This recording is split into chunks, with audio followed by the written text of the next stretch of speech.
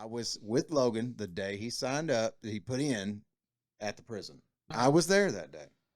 Unemployment office. What were you doing before then? Bouncing around, man. Yeah, after I graduated high school, I went to college. I was working at a grocery store.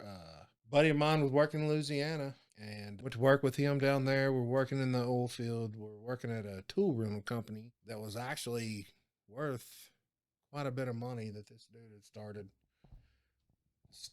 on his own, you know what I mean? And we would take the oil field equipment, the clamps, the pipe, all this other stuff. They bring it into the yard, we'd refurbish it, and then we'd shoot it out to the offshore oil rigs and the rigs in Louisiana.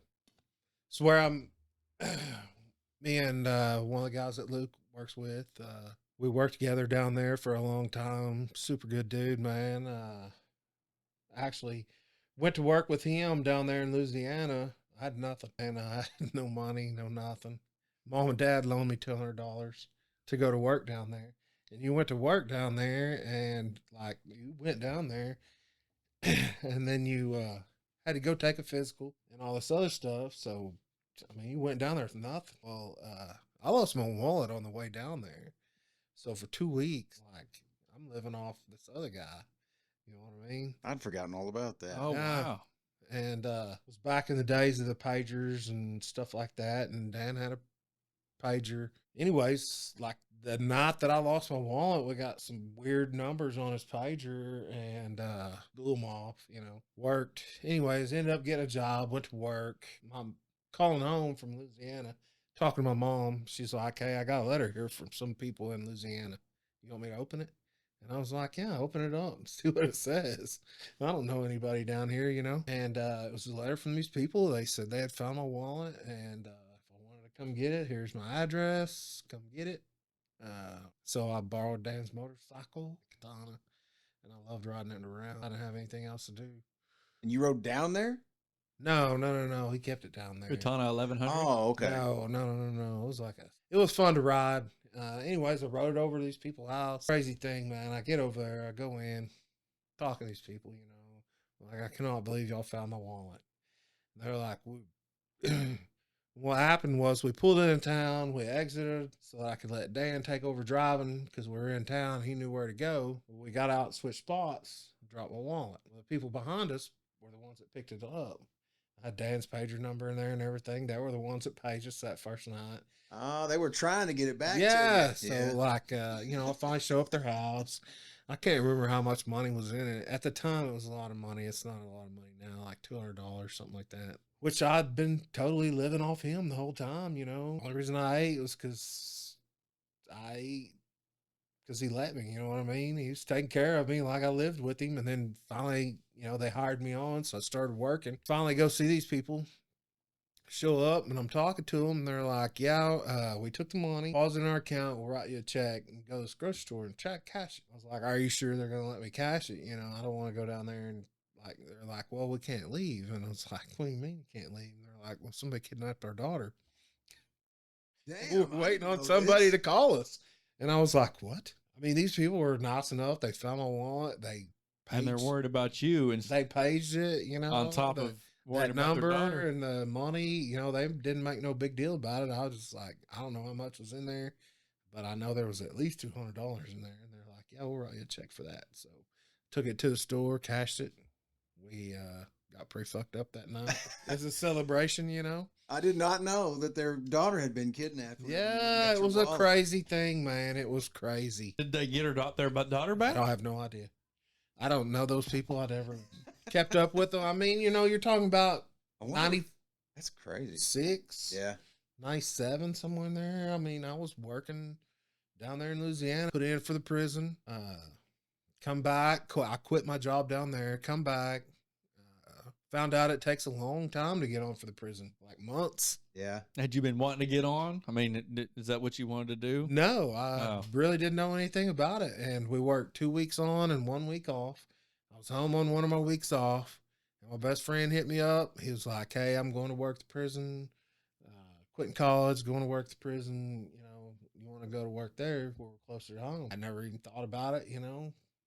Went out there, put my application in. We went out there, talked to them. Well, you went to the unemployment office then is where you went. And then you had to go take a test. I was there for the application. Right. Because you were saying that they were going to hire. I remember you filling out the app when I was there. It was like a book, man. You had to fill out all this background information, all this other stuff.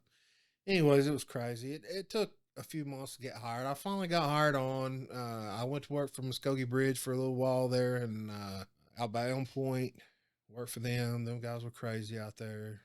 It was fun. The guy that taught me into putting to work, or taught me into putting in and going to work out there, he ends up backing out, you know. Oh. So I'm like, fuck it, I'm gonna try it. You know, I've already got this much invested in it. So I go to work out there, find out there's some people from Quentin out there that I knew, you know, their kids that I knew, their parents and stuff. They've been out there for a while, and they kind of took me under their wing and kind of started off, man. It was dude, there ain't nothing like walking through those gates. I mean, when I first started, you come in through the parking lot, you went in through the main control gates. They open one up, you walk into this, what we call Sally Port. They close the gate behind them. You give them your ID. They open the other gate, you go in. Then they had to open another gate. You go past it. They open another gate.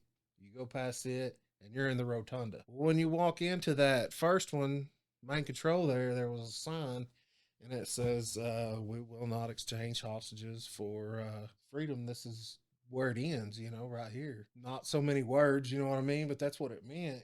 They take you hostage. They bring you up here to this point. They won't open those gates. That'd be pretty intimidating, It especially is. the very first thing you see. It is. Holy shit! And then them gates close behind you, and you realize, you know, you're in this place. I'm a 21-year-old kid, man.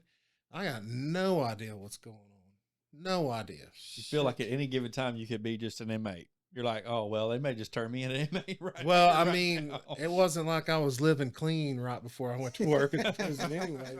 You know, I was in a dark place, man. I was struggling. I didn't have a job, you know, and when I went to work for Muskogee Bridge, man, I didn't have a vehicle. I was relying on other people to pick me up, you know. Shit, I'm 21 years old. My mom's taking me to work. I'm fucking depressed as a motherfucker. You know, I'm just like, I don't know how to get out of the cycle. I don't know how to break it. You know, I was making decent money when I was down in Louisiana, but shit, my buddy, he pitched in when I pitched in. He wasn't going back. He met his wife down there. Yes, he he he's did. still married to. Yes, to this to day. this We're talking day. about your coworker, right? Yeah. Yeah. Okay. Yeah. Yeah, you know, I'd forgotten about. The funniest thing about that is, and I'll let you get back to what you were saying, but we were talking about the other day, and he was saying that they'd go back at just every so often so she can see her family. And dude, for whatever reason, it just hit me. I was like, holy shit, he's still married to the same lady. Yes, he met her when from we were all down those there years in ago. Louisiana. I mean, like, as far as Oklahoma people go, I've probably known her as long as anybody's known her, even longer than her kids, you know. Yeah. They're good people, man. Yeah, it just struck me that it'd been that long ago, and that they've been married this whole time. Oh, yeah. You know, I mean, it's just like, Dude, it's because I insane. remember when you guys went. Now I was partying, like, well, we all were partying these days, but I remember when you guys went down there and you guys were shocked. I was like, what the hell are they going to Louisiana for? What's the occasion? You know, and I thought it was, and they were going to work, and I didn't know Dan had been working down there. For $6 an hour. Really? I didn't know that $6 either. an hour. You could work as many hours as you wanted. Oh yeah, This company didn't care. at $6 an hour. As long as you were doing something productive, Yeah.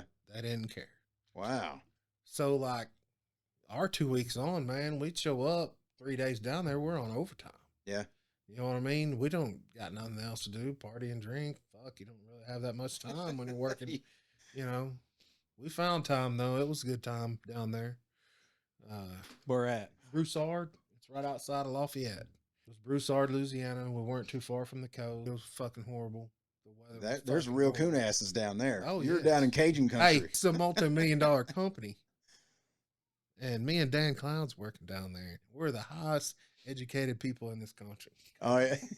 We both got 2 years of junior college. Yeah. You guys were the top. And we were the cream of the education crop. Hey, them people didn't care down there. 16-year-old, they quit going to school. They go to work. Yeah. Yeah. The guys I've been around from down there, it was kind of the same thing. I took care of an older guy that really didn't speak that good English whenever I was doing the nursing thing.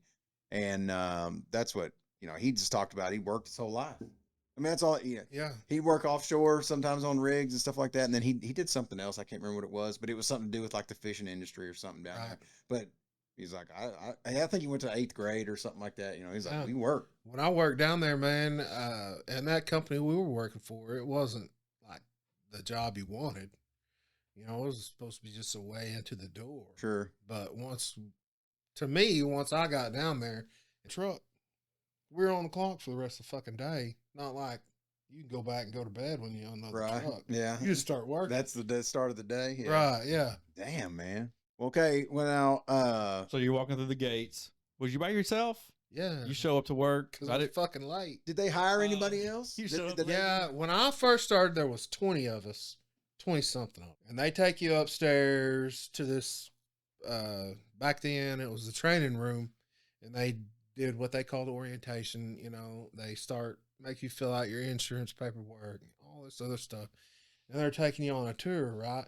So you meet all these 20 people put in for the same, getting the same job you're getting. Mixture of people. Sure. Women, all different races, everything. None of us know what's going on. It wasn't like, any of the people that I hired in were not former employees or anything. So it was all new to us. I want to say out of the 20-something people that I hired in with, 4 of us retired. Really? Yeah, maybe. Well, there's a pretty high turnover rate. There always has been a pretty high turnover rate. It's insane, man. Yeah.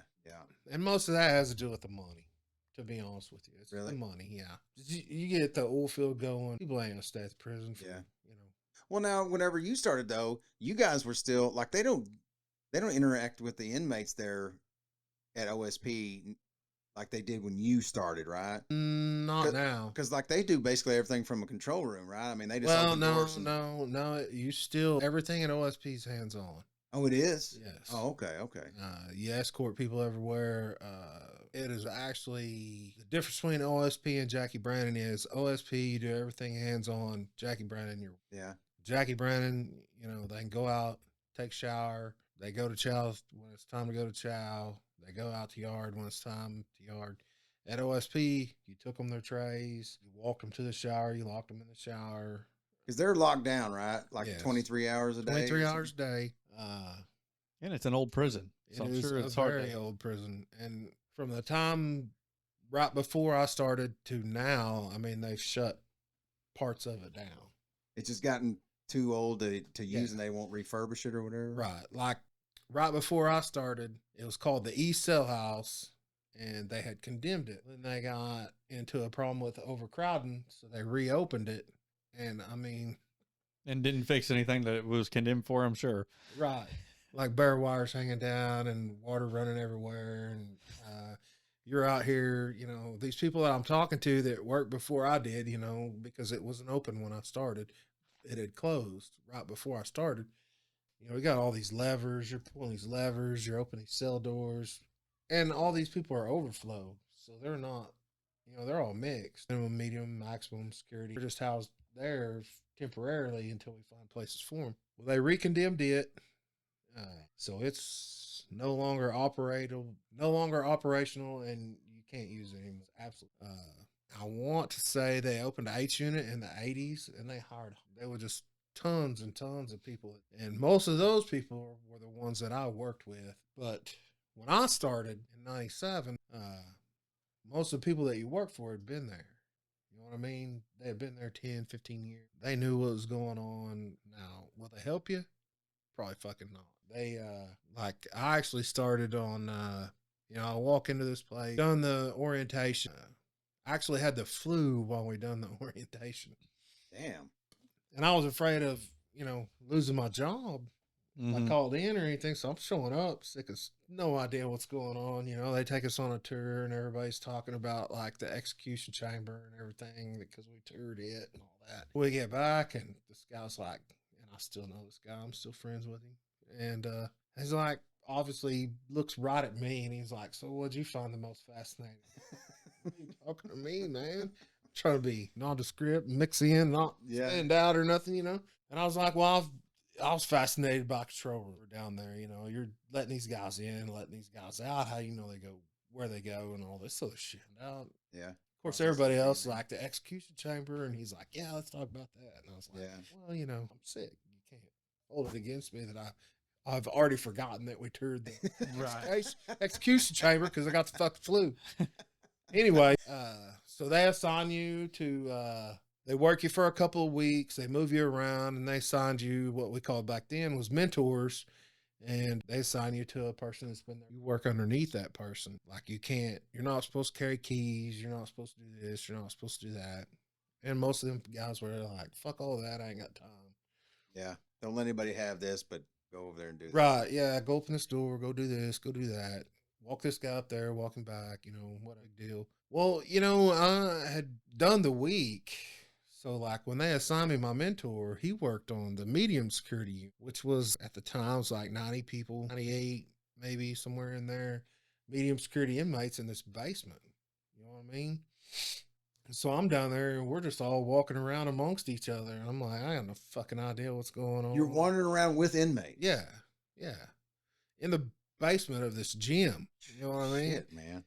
And you're just like, you know, I'm 21 fucking years old.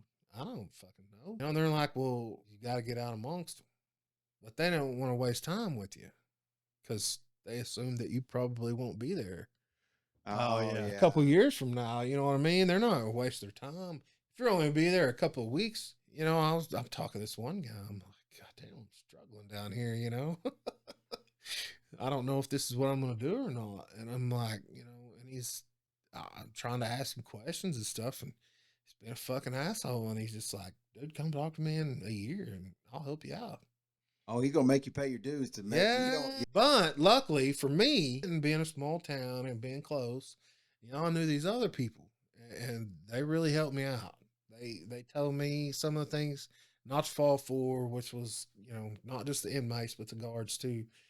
They send you on stupid shit like they tell new people like go do an ammunition count on the towers. You know, all the towers are armed, so they'd go around to like every tower. It's a big prison when you walk all the way around it and count up all the ammunition, and everybody knows how much ammunition's there anyways. And So they're just sending you on some bullshit yeah, some bullshit mission errand or yeah. whatever. Yeah, to get you out of there so they can fucking do what they're doing. Yeah, man. probably Or play was it- cards or something, you know. But Okay. but they'd send you. They thought it was funny too. They'd be Right. That's like, what I was going to say. They just the beanhole buffer was the big one. You know, they'd send you for a beanhole buffer, and the beanhole on maximum security, medium security cells. You know, it's a secured door, and it's actually called a food passageway, little window.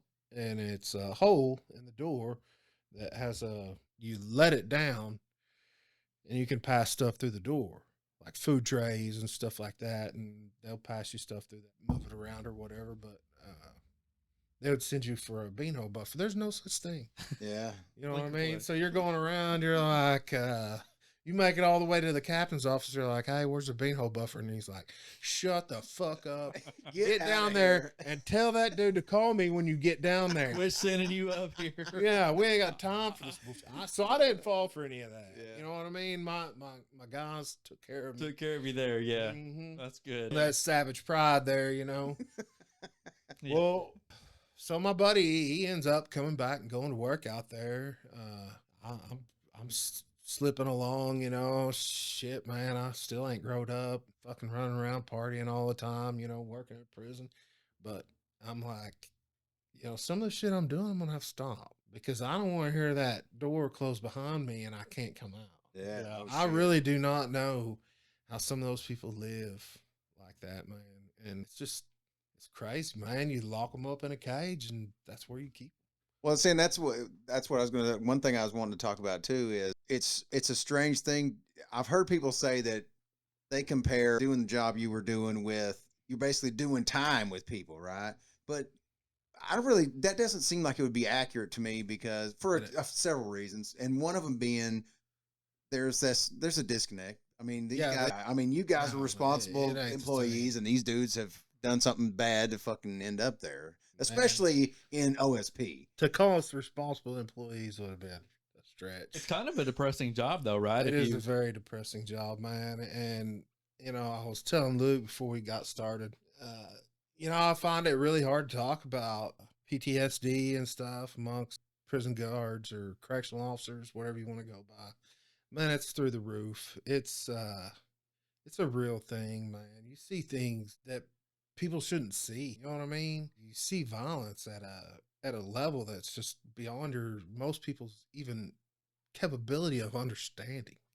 It's unreal. OSP is and it's not just OSP. I mean, it's all the mediums.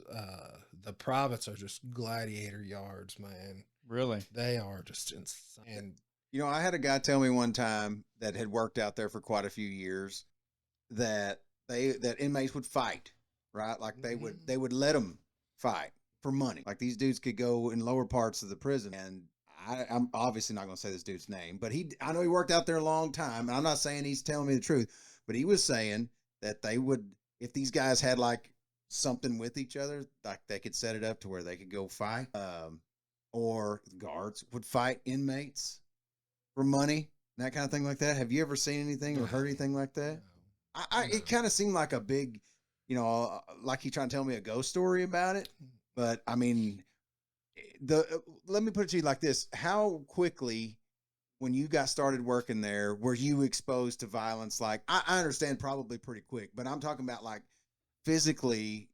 Was it pretty immediate that you had to like restrain people and that kind of thing like that? well, I mean, like in my first week, where we're supposed to be following these people around, we ain't even been assigned to nobody yet. They're like, "Hey, go to 3 run and help them run shower." Well, the idea is like it being your second day on the units and all, like you're following somebody around. Yeah, You know what I mean? trying to do what they're doing. They're Yeah. making all the decisions. You're following them around, watching them.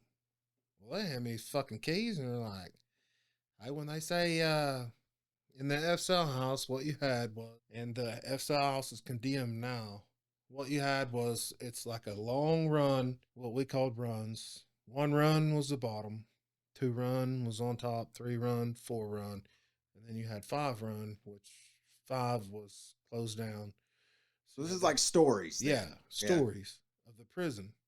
And it's just a long walkway with cells, open bar, cell doors on cells all the way from one end to the other. There's a control room in the middle, and they control all the cell doors, right? So at this time, you could get 6 people out at one time. You put them in the shower. They had 15 minutes to shower. When their time was up, you told them to get out, and then they walk back to their cell. You escort them back to their cell, and then you get the next 2 out. Well, rarely did it ever go like that. I mean, they're out. When they get out of their cell, they're wanting to talk to people. They're wanting to do things. So I've been there like 2 days, and they gave me these fucking keys, and they're like, open the door when they want out. So I'm like, all right. So shit changed real quick.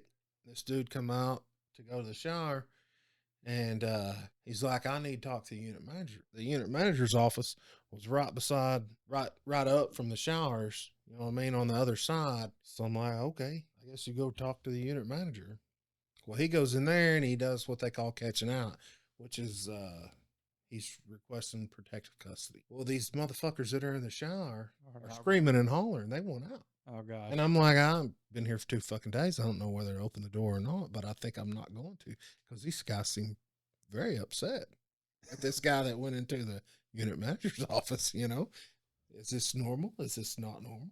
What have I got my fucking self into? And then the guy that I'm working with comes down there. He's like, what the fuck is going on? I went in there and these guys are really pissed about it. He's like, what the fuck did you let him in there for? It's like, how the fuck am I supposed to know one way or the other? Right. You gave me some keys. You left me down here and you told me to do this. You told me to do that. I mean, this dude, we get him out of there, but they're threatening to kill him, threatening to kill me, threatening to kill everybody. Because you kind of gave him, in their eyes, special treatment by letting him go in there. Yeah. Shit, man, I've been there 2 fucking days. I don't know what's going on. Yeah. So anyways, we get through all that, and I'm telling myself, man, like, I don't even understand what I'm getting into, but I don't know whether I don't like it or whether I do. I'm just like, I'm gonna try to give it a year.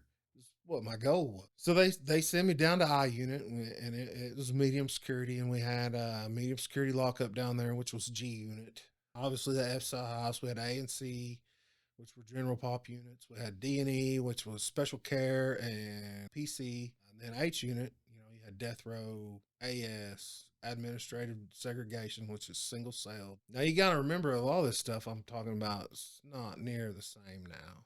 It's all They changed. don't run it the same way. No, it's all changed. Was that based on behavior? I mean, like Yes, the yes. administrative segregation? Administrative segregation was single cell. I mean, these people just can't live with other people. Yeah. They'll kill them. They'll get killed for whatever reason. Their behavior, whatever, they're isolated. What Donnie called crash dummies. Yeah. Can't get right no matter what. No. They can't. They can't get right. And you know, and I listened to that guy on your show, and you know, he obviously, man, that's a guy that we cheered for. Right. You know, the guys that can sees go in there and they see this place sucks fucking ass, and they leave and they get out and they do good, man. That's what we want. Yeah. But you just don't see it. Yeah. You never see it. You ever hardly. That's one reason why we wanted to have him on here, because his story is so unique. Yep. You know what I mean? It's almost unheard of. Yeah, and it's not near as unheard of as you think it is. It's just probably most of them just want to put that chapter behind them and move on. Mm-hmm. And I could see why. You know, it just OSP in general just was insane the way it was set up and the way it was run. You know, and it was all just day-to-day stuff to us, and we never even thought about it. You know, we were just doing our thing. Anyways, they got me started down there on I unit. You know, I don't really have no idea what's going on. I asked these dudes for help, not necessarily asking them for help, you know, but obviously. So finally, they're like, "We'll throw you a bone. You know, you go out and you do this." So I'm following them around, and I'm making my way down there, starting to figure things out. I'm down there. I don't know. You're supposed to go to the training academy within your first 6 months of being hired. Well, a stupid way to do things is to throw people to the wolves and then send them to training, Right. and then be like, "Hey, does this training help you?" Yeah. Well, most of this training is useless to me because you're training people for minimum, medium, maximum security. There's only one maximum security prison at the time, so everything there was different than everything else. Oh yeah. Oh my God. We believe because we worked at OSP. We were the cream of the crop. Right. You know what I mean? We were as far as guards went, you know, we're top of the line. The elite. The elite of the elite. Yeah. And then, you know, a little bit of time goes by, start getting more involved. I got on the CERT team, which is the Correctional Emergency Response Team. You know, they do more training. They did a lot more different things. There for a while, they sent us all to CLEAT. We got CLEAT certified. Was it, but for yourself then, did you decide, I guess you would request to join the CERT team? Is that how that works? Did you? Well, like each team has, each prison designated by policy has so many members on their team. OSP then and probably now had 36. Mediums had like minimums had like 16. Yeah. And all these guys are supposed to be doing the same kind of training. So you can deal with riots, you can deal with escapes, you can deal with, you know, whatever comes down the pipe. You're supposed to get a little extra training. And when I first started, man, I got on CERT. Was it more money, or I mean, was there anything like that? No, Same money, but you just want to be more involved in what was going on, or I mean, what? It was the same money, only you're taking stupid ass risks. Yeah. With your life. Yeah. You know what I mean? Well, I mean, you were young though when you did that, so I mean, you know. I got on CERT, and like the dude that was running the CERT team at OSP then, man, he was and always will be my hero as far as prison guards go. But he was a cool dude, man, and had pretty good career. Was well thought. This dude, man, he would put in for CERT at that time, and like no matter who you was, like. When I was putting in for CERT, man, we were working out like crazy. You know, you remember back then, we were big, strong, you know, and I'm like, that's all I want. So I finally get in with them. You put in for it, you wouldn't make it because they want to see how you react to it, you know. I finally get on. They call me up, my gear and shit. I walk up there, right, and there's these 4 old dudes walking out. To me, they were old. They were probably my age now, you know. And they're like, "So you got on CERT, huh?" And I'm like, "Yeah." "So you think you're tough?" And these are your coworkers, These are the guys I'm, you know, getting on the team with. We're up in the CERT room. And I'm like, you know, I guess I'm tough enough. You can't walk. I was like, what have I got myself into? Why do I keep digging myself a deeper hole? What is wrong with me? Yeah, I know. So what you I mean, yeah. go in and I talk to, when I walk out of this fucking old dude, I would have killed somebody. This dude could have called me up at mind control and said, hey, go down to cell A12, pull them two dudes out there and beat them to death. Bam. Done. It's a done deal, man. You just gave me the most inspirational speech I've had in my life. But I get on CERT, you know, so I'm thinking I'm going the right way. I'm not I don't know, I'm just one of those, you know, grew up around hard dudes, man. You know, our parents were hard people. Our grandparents by far were hard people. So you grew up with a different mentality, and I just applied that to it, you know, like even when I don't know or I don't understand, it keeps showing up. Yeah. And that got me through. A lot of the times you didn't know what to do for sure. Yeah, I just would show up, man. Well, were you guys pretty busy? Like, was the CERT team, did you do stuff regularly that was involved? I mean, was there that much going on? We, you know, when I first started prison, and people that work there now will not even be able to understand.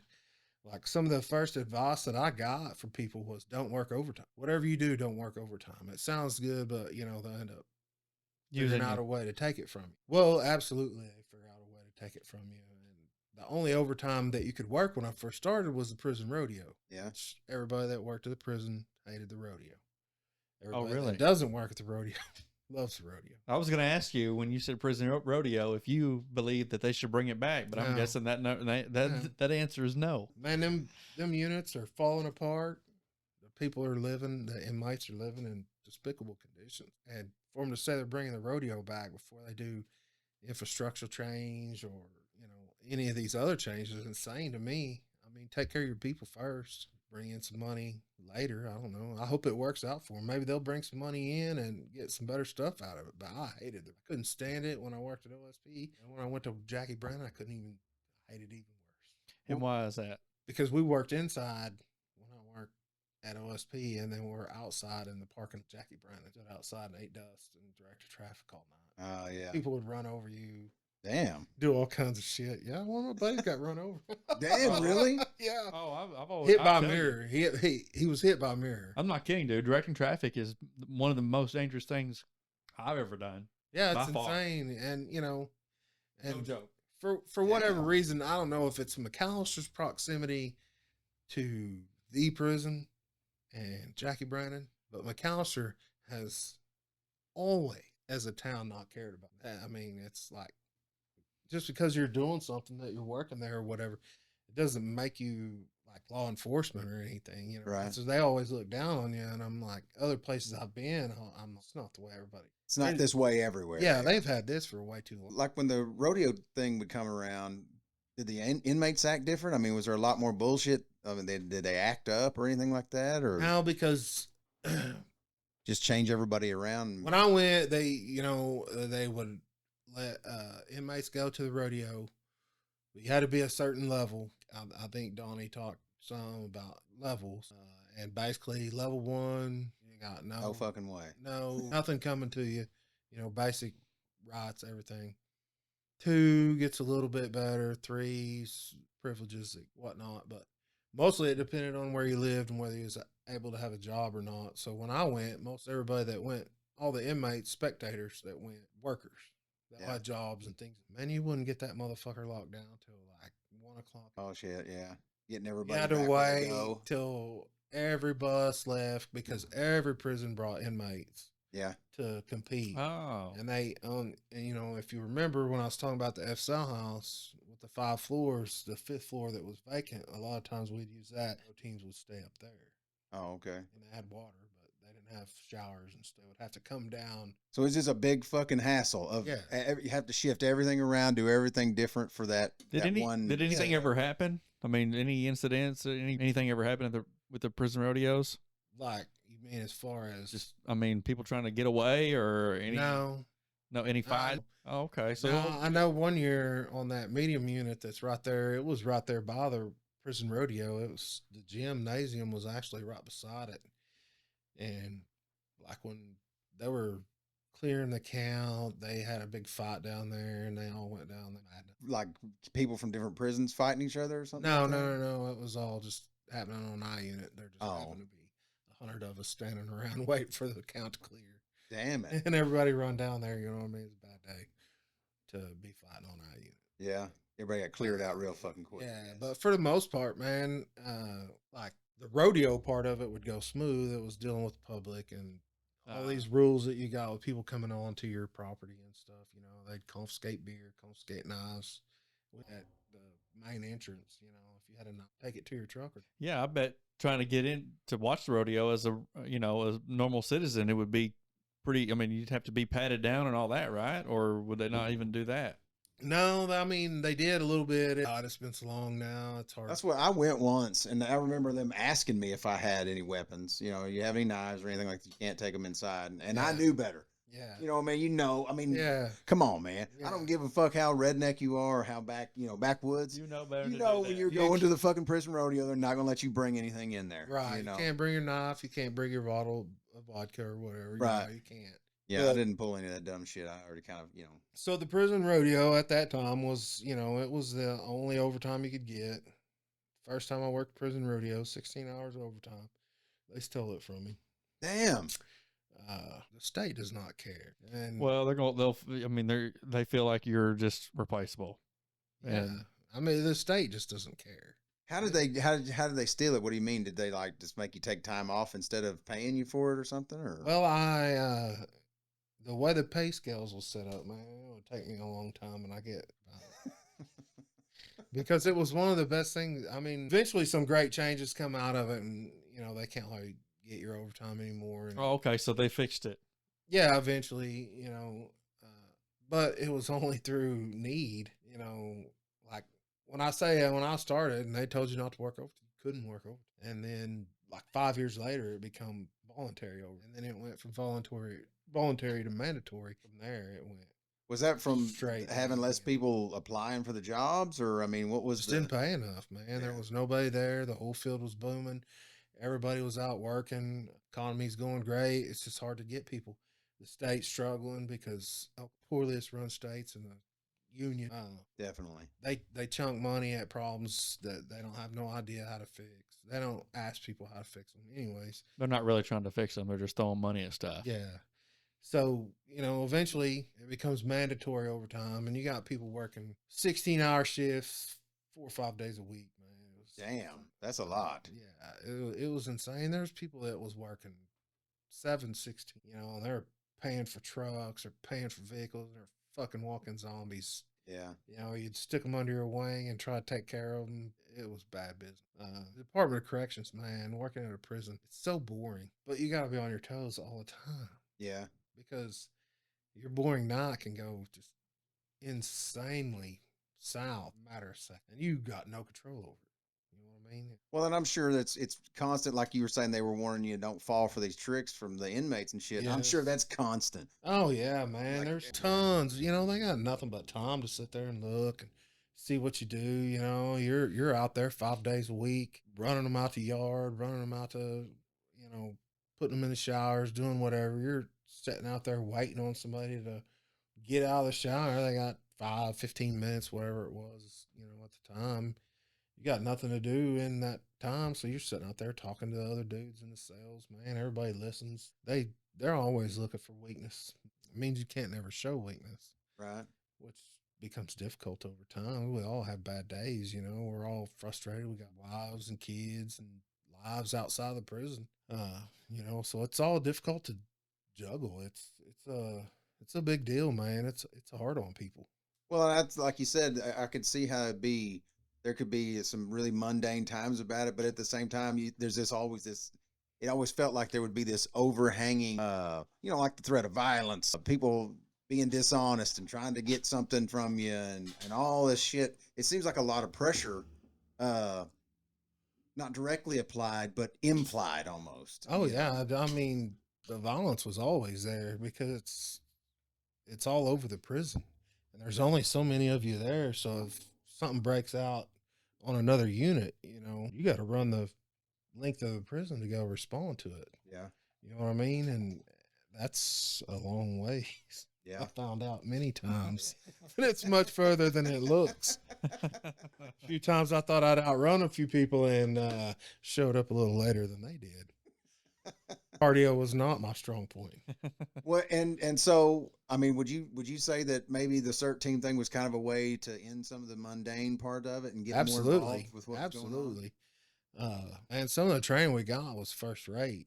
And a lot of it was from dudes that's been doing it forever. Firearms was a fine example, man. Prison's firearms program. If you're into it and you know what you're doing, you know, CERT team, we had to shoot certain percentages to even be qualified to get on it, you know, because you're going out on escapes, transports, different things, you know, you get away from the hospital or get away from the prison, you're at a hospital. There's just a lot that goes into it, man.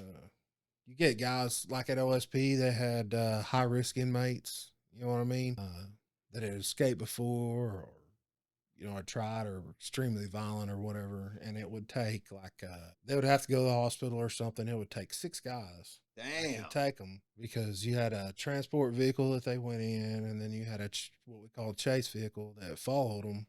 So you got 2 vehicles side by side or front and back, you know, transporting them wherever they needed to go.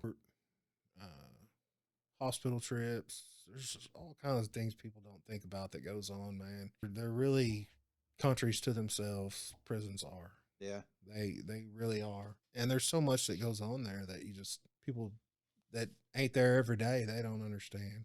Well, I can see how, I mean, you're basically, these people are living in this place that you're working at. Yep. So you got round the clock problems that are happening when you're not there. And you know, I can just trying to think about logistics. Like you were saying, I'm sitting here thinking about while you're talking about it, thinking about what it would take for somebody. Okay. Like, you know, this guy is an idiot. Basically, you know, he's a dumbass and he's going to do something stupid if you give him half a chance.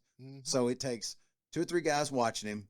Then you got your guys driving, everybody watching it, and all the moving parts of, you got to take this guy here, do this with him, and bring his dumbass back. And and you're supposed to not let him fuck up in that amount of time. Yeah. And then you probably got a couple of guys, well, probably CERT guys, probably not, but some people that don't give a shit about doing their job correctly. They don't feel like they make enough money to actually care and probably won't help. I could see that. Well, I mean, I think the prison would be the wrong place to be that guy, though. Well, there's a lot of people that retired from the prison that didn't give a fuck the whole time they were there. Oh yeah. You know what I mean? They never contributed. You honestly could work 20 years at the prison and never really be involved in anything. Yeah. Let other people pick up your slack. And sometimes it's not even that much. I took a lot of pride in being somebody that you could count on. You know what I mean? It's if my dad told me to go do something and I didn't do it, I'd fucking. If my uncle told me to go do something, I didn't go do it. So when my bosses and whatnot, when they told me to go do something, you know, I'd go take care of it. Whatever it was that they told me to go do, I went and done it. You know, like I said, man, I was 21 years old when I started. I grew up in this place. That's all I've ever fucking known. That's it. That's why, to me, it's a really neat perspective of yours, you know, and that, of course, from the outside looking in, the first thing we want to know about is the violence part, right? Because that's the sexy part or whatever, right? Yeah. But at the same time, almost kind of like how Donnie's perspective of it is like, okay, there's a lot of ins and outs, like you were saying, that people don't even think about that can be interesting if you give you a minute to explain some of it. Just like that stuff, like you were talking about taking those guys back and forth. I mean, that seems on the surface like, well, you had to take a guy to the hospital. Awesome. But then you go to thinking about all the shit that goes into it. All the training that went into it to know how to do that. Well, I mean, it's not just that. It's the things that happened in the past. Like one of my firearms instructor, he actually had a guy that, I mean, I don't know if you understand what keister is, but, you know, that's where you stick something up your ass. And they got there and he pulled out a zip gun on him and escaped from him at a hospital. He was recaptured and said he would never leave AS, which was administrative segregation again. And that dude all he thought about was trying to escape. Really? Yeah. You know, I trained, those guys trained me. Yeah. You know, those guys teach me how to shoot and stuff. And he was like, man, if you don't think you're ever going to need it, you're going to need it. I worked for a lieutenant at Jackie Brennan, man. Him and another guy were taking hostages and driven all the way to Arkansas. They had to drive all the way to Arkansas before they got away from that guy. And he had a knife to one of them's throat in a vehicle the whole fucking way. Damn. You know what I mean? Of course, you know, that guy, he was there 30-some years, so that had happened early on, but, you know, still things that happen. Yeah. You know, I got a little sidetracked there, but anyway, you know, I get on CERT, start getting more training, more knowledge of what's going on. You know, I'm more involved in everything that's going on. Now, how long had you worked there when you got on the CERT team? 3 years. 3 years, should have been 5. But you should have had to work 5 before you could get on it? Yeah. Oh, okay. Oh, I was still a little green, you know. So you basically spent the last 6 years you were at OSP on the CERT team, right? You Yeah. were on it the whole way Yeah, till you left, right? Yeah, we worked executions, everything, man. When I first started, and they had to do what, you know, they called like a cell entry. We called cell entry or cell extraction. It's where you got 5 guys that suit up. You got a guy in a cell. You can't get him out. You can't talk him out. You know, or he's got a weapon. Or you got to send these people in to go get him. So, like, my first cell entry that they ever called me on, because, like, you know, I'm 20-something years old, sitting around, sitting on go. I'm like, I got all this training. I want to do this shit. you know, I'm just getting into it, but I'm ready. I'm ready. So they finally called me up to the CERT room. They're like, hey, we got a guy we're going to go in on. You know, we got to get him. He's flooded his cell. Which was on H unit in a high max cell, which the high max cells on H unit, like, it's a cell by itself. And then there's a space in between the cell door, and then there's what we call the outer door. And you had to get them to open the inner door or the outer door. And he walked up, and you could shine your light in there and see them and count them, feed them, whatever. And then you come out, and then you slid the inner door back, or the outer door back, and they would have to open the inner door from the control room, but they would only open that if you were there to tell them, you know, open or close. So he was in a high max cell, and they had sprinklers in there, and he had knocked a sprinkler head off. I was probably 230 pounds. You know what I mean? Smallest guy on the cell entry team. These guys are fucking huge. They've done it a ton of times, you know. We get up there. I'm fucking super pumped. I'm just out of my mind with, you know, we're fixing to go in there and get this guy. I don't know nothing about him. I don't know. Nobody's talking to me. Nobody's telling me nothing, you know. I'm like, hey, what do I do? What do I do? What do I do? You know, and they're like, shut up, man. Put the shit on and shut up. So we get down there, right? They tell him come to the door. He won't come to the door. He was, one of the lieutenants was running at the end. He was like, hey, we're on camera. You know, you got the cell entry. You got the camera back then. We had a big, huge camcorder that you hauled around on your shoulder, you know. Yeah. It was all on videotape, and he'd give the commands, come to the door. He wouldn't come to the door. So he's like, open the door, roll the team. They open the door. Everybody runs in. I've never been on fucking H unit but one time in my life. They know where everything's at. I don't have no idea. Like, we go in, and everybody just swarms this dude, and I just keep running. And I'm at the back of the cell. I'm like, what the fuck's going on? I turn around and look over on the bed. They got this guy there throwing him in handcuffs and all this other shit. I got the leg irons. I'm like, oh shit, I got to get over here and do something.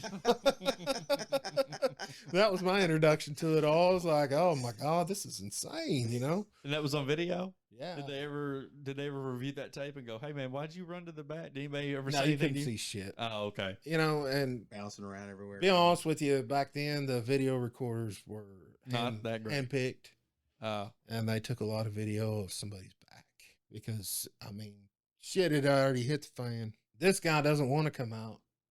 We told him he's got to come out, so he's got to come out. So there's only one way to get him out, and that's go in there and physically extract him from that place. So that was my first cell entry.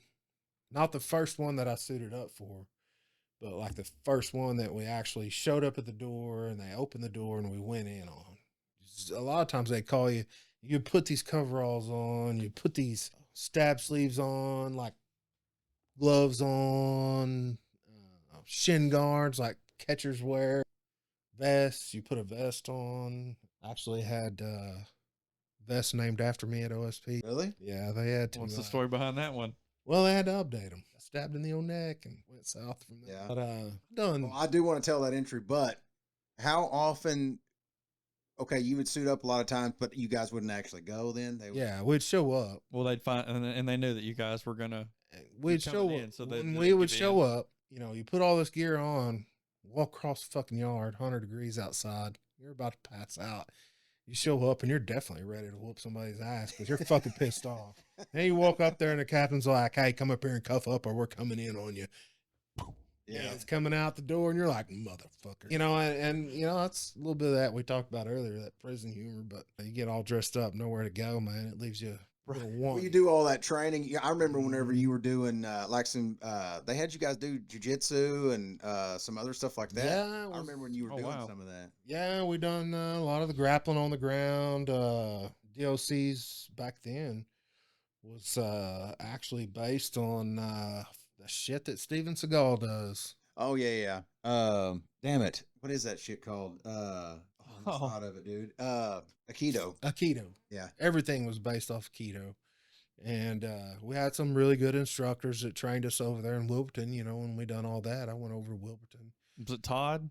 Yeah, Todd Yeah, Willard. man, yeah. he trained me too. Todd was a good dude, man. Or is a Never good dude. knew how much that dude knew before I went. You know, I mean, you know, his daughter was and his son, you know, I went to school with them all growing up, and then when I went through Cleat, he was our, you know, and man, I was like, oh well, okay, this guy can kick some ass. Absolutely. And there's nothing you can do about it. You know what I mean? Yeah. And you would have never thought, you know, you knew he looked rugged and he looked, you know, like he could probably be mean or whatever, but It took me a lot of years to understand even where he was coming from because I spent a lot of time over there training with him. You know, when they added the cleat, they become cleat instructors, Todd and Johnny Nixon. okay. I And, couldn't remember the other guy's name.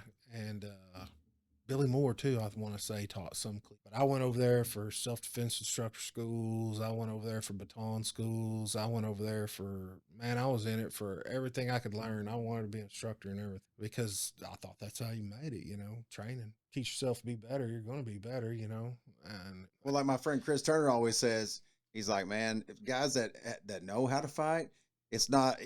He talks about boxing.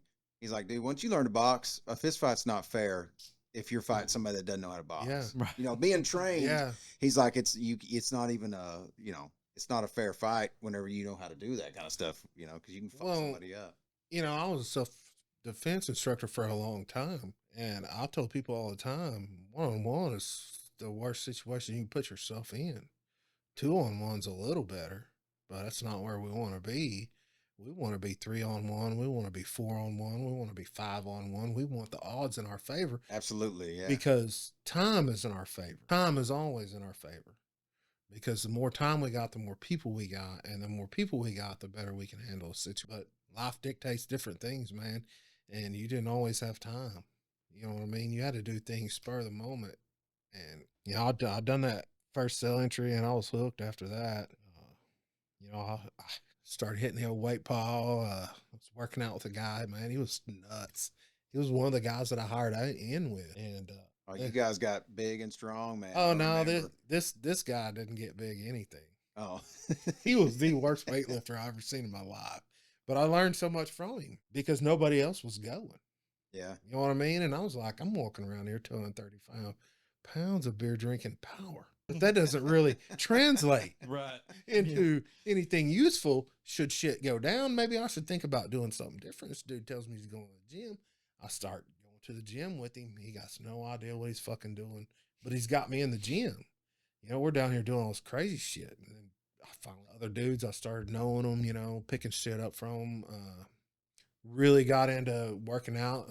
Me and another guy from Quentin was working out all the time, and you know, really had a good reputation there at the prison. Quentin people had a good reputation. I mean, Well, you and him were both on the CERT team together, right? Also, yeah, so you And- guys were spending a lot of time together. yeah. I mean, and it wasn't just him. It was, you know, some other guys, and CERT wasn't for everybody. Just because you wasn't on CERT doesn't mean that you wasn't a bad motherfucker. Yeah. You were One doing of the shit. baddest dudes I knew wasn't on CERT. You know, this dude was just, he was from Wilburton too, but he was just a beast, man. I worked out with him, man. This dude was just otherworld strong. Yeah. But anyways, like I was saying, you learn from all these people, you know, that you're working with. When I started, dude, I was making $950 a month. Damn. Like that was my paycheck. $950 for the month. You were fighting almost every day of your life. No, for no, no, no, $950 no, a month. don't make no most. And you're fighting every day, but you're not. It's not a physical fight. It's a mental fight out Yeah.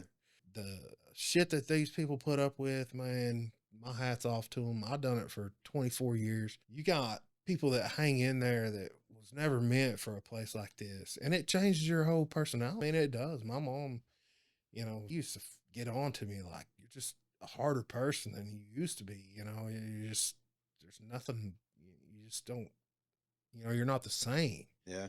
Well, no, I'm not the same. You know, every day I go to work, I don't know, you know, shit, who knows what's Yeah. going to happen. And you gotta always have your game face on too. Yeah, yeah. That's one thing I want to ask you about. Now, this is something specific that I know about. I was working as a welder. I had my own little welding rig and everything, and I was working out of town at the time, and sitting in a motel room watching TV because there was nothing else to do, you know. And we had kids by this time. You had Michael for sure by Yeah. this time. I'm sitting there in a motel watching TV. There was an incident at OSP today, and I'm not in McAllister, by the way. I'm up by Tulsa watching the news. It's on the Tulsa news, and one of the guards was stabbed at OSP, and it was Logan Johnson. And I was sitting there on my bed, kicked back. It was at night, you know, it was like 10 o'clock at night, and I go, what? Shit. Well, I mean, Logan Johnson's not that rare of a name. It's kind of like Lucas Johnson. I mean, there's a lot of them. Right. But Add in there ain't a whole lot of them working it. Yeah. And I know with the job that he did, you Right. know, and I was like, holy shit. So I don't think we had cell phones then. No, You roll over and go to sleep, right? No, I call my no, mom. there was cell phones, but they weren't. Yeah, I remember calling my mom though. I can't, like I said, I can't remember if it was on a cell phone or not. But I said, "What's going on? Have you heard anything about what's going on with Logan?" She's like, "No, what are you talking about?" I was like, "Call somebody, you know, call Aunt Sandy, call Uncle Ed, call somebody because I just saw that Logan got stabbed." I had no idea. They didn't say how bad. They didn't say live or dead.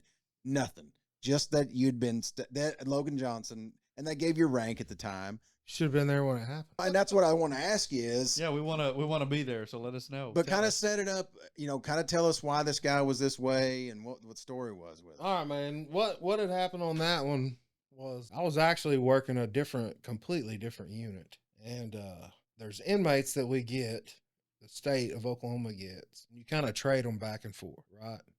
And they're called interstate compact. And basically what you get is you get like this guy's the head of whatever gang this is, and basically you're throwing in the towel because you can't control him anymore. So you do an interstate compact, send this guy to this state, and this state will house him. A lot of times someone will send you some. We housed a legit Mexican mafia dude that was insane, but from Arizona on an interstate compact. It was crazy. But this guy was on an interstate compact from Washington and found out his father had died. So they let him out of his cell. He was on AS, which is single cell unit. They let him out of his cell. He comes down, and then we had a room where they could use the phone. Well, he comes down. They tell him what's happened. His father passed, and he wants to go back to Washington. Well, He wants to go back because his dad had died. Yeah. He's just, yeah. Well, we're not sending him back. That's not how it works. you're in prison, bro. You achieve this on your own. You were such a problem in your own state that they sent you to a different state. So we're not making accommodations for you. He comes out, and the way the units are made, you walk through a sally port, which is a gate that opens. You walk into the sally port. They close the gate. There's gates on both sides of you. And then there's a control room where you step up into the control room, and the control room sets up. And there's 2 levels, right? Well, there's day rooms that set they're called day rooms. And then there's the runs, and there's bars that surround these runs, surround the top runs, and their cells. So when they let this guy out, he comes out onto the day room. Well, the lieutenant and the nurse went over there to talk to him. Well, he throws the phone at him. So they're trying to talk to him, right? Well, the lieutenant reaches out and grabs him. Well, the lieutenant thinks he's punching him in the arms. Well, he wasn't punching him in the arms. He was stabbing him. So he gets stabbed 2 or 3 times. The call goes out for help over the radio. I'm working on a different unit, and they're like, hey, we're just fixing to start putting a yard out, which means we had a couple of inmates out, and we're fixing to run them out to the yard. They come over the radio. They're like, hey, we need help on H unit. Put them guys up and get down there and go help. We're not quite understanding what's going on. And the guy in the control room is just losing his shit. Like, put them motherfuckers back in their cell and go. So we put them back in the cell and we run back up there. And he just pops the door. And as we're running by, he throws us a baton. We hit the other doors. We're going, of course, in a prison, you can only go so far. And there's going to be a gate or a door somewhere. So we're going through all these doors. We see these people running down there. And I'm like, fixing to leave these dudes behind. Well, we arrived at the same time because it's a long fucking ways. So you guys didn't get a chance to suit up or anything like that? No. We show up down there. We all pour onto this unit. This dude's running around out there. You know, he's screaming and hollering. He's got a knife. And captain was, and the deputy warden at the time, they're looking back and forth at each other. We're like, just open the door and we'll go out there and we'll get this dude. 15 of us. Well, nobody has any protection but those batons. So they make what at the time was close to the right call. They said, go suit a team up. So we all took off and we run down another hallway forever. By the time I got all this running done, I was ready to puke, man.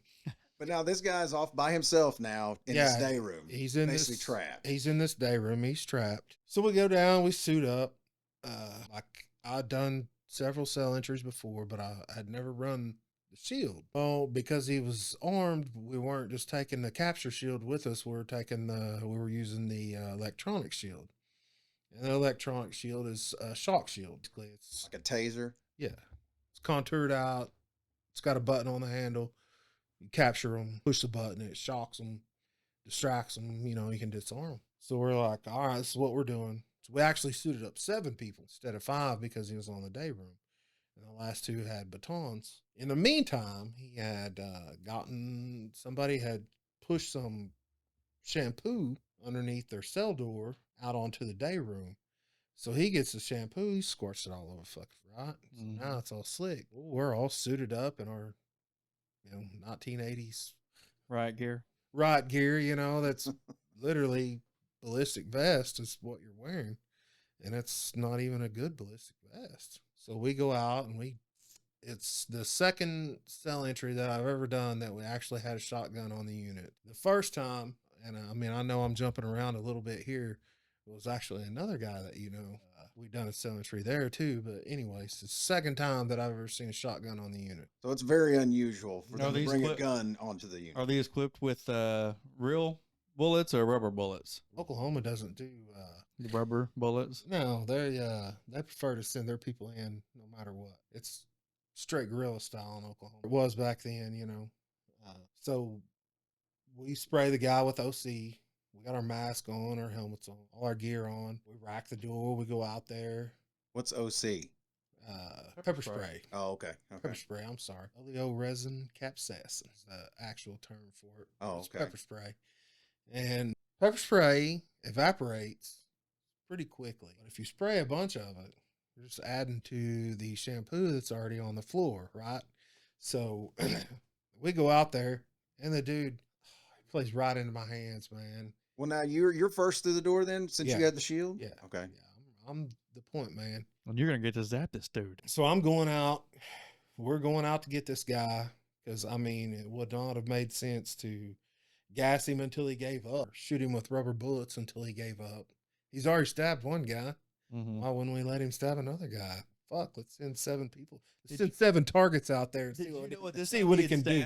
Yeah. Oh, okay. When I came through the back door of H unit, they were taking the lieutenant out. And he was wrapped up all the way down because he was stabbed multiple times and all. And so anyways, we go out there, shampoo, pepper spray.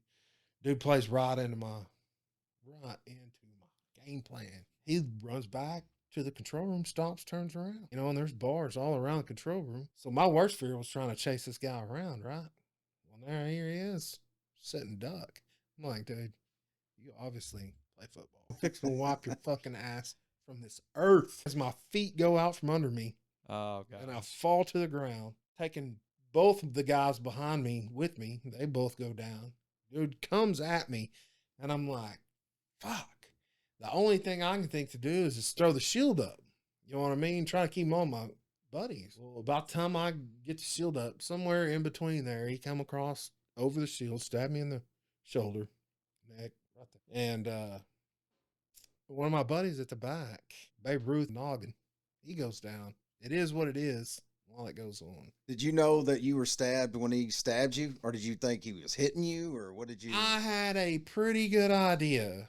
I mean, I know the adrenaline's pumping, so I didn't feel it, but I knew something had happened. You know what I mean?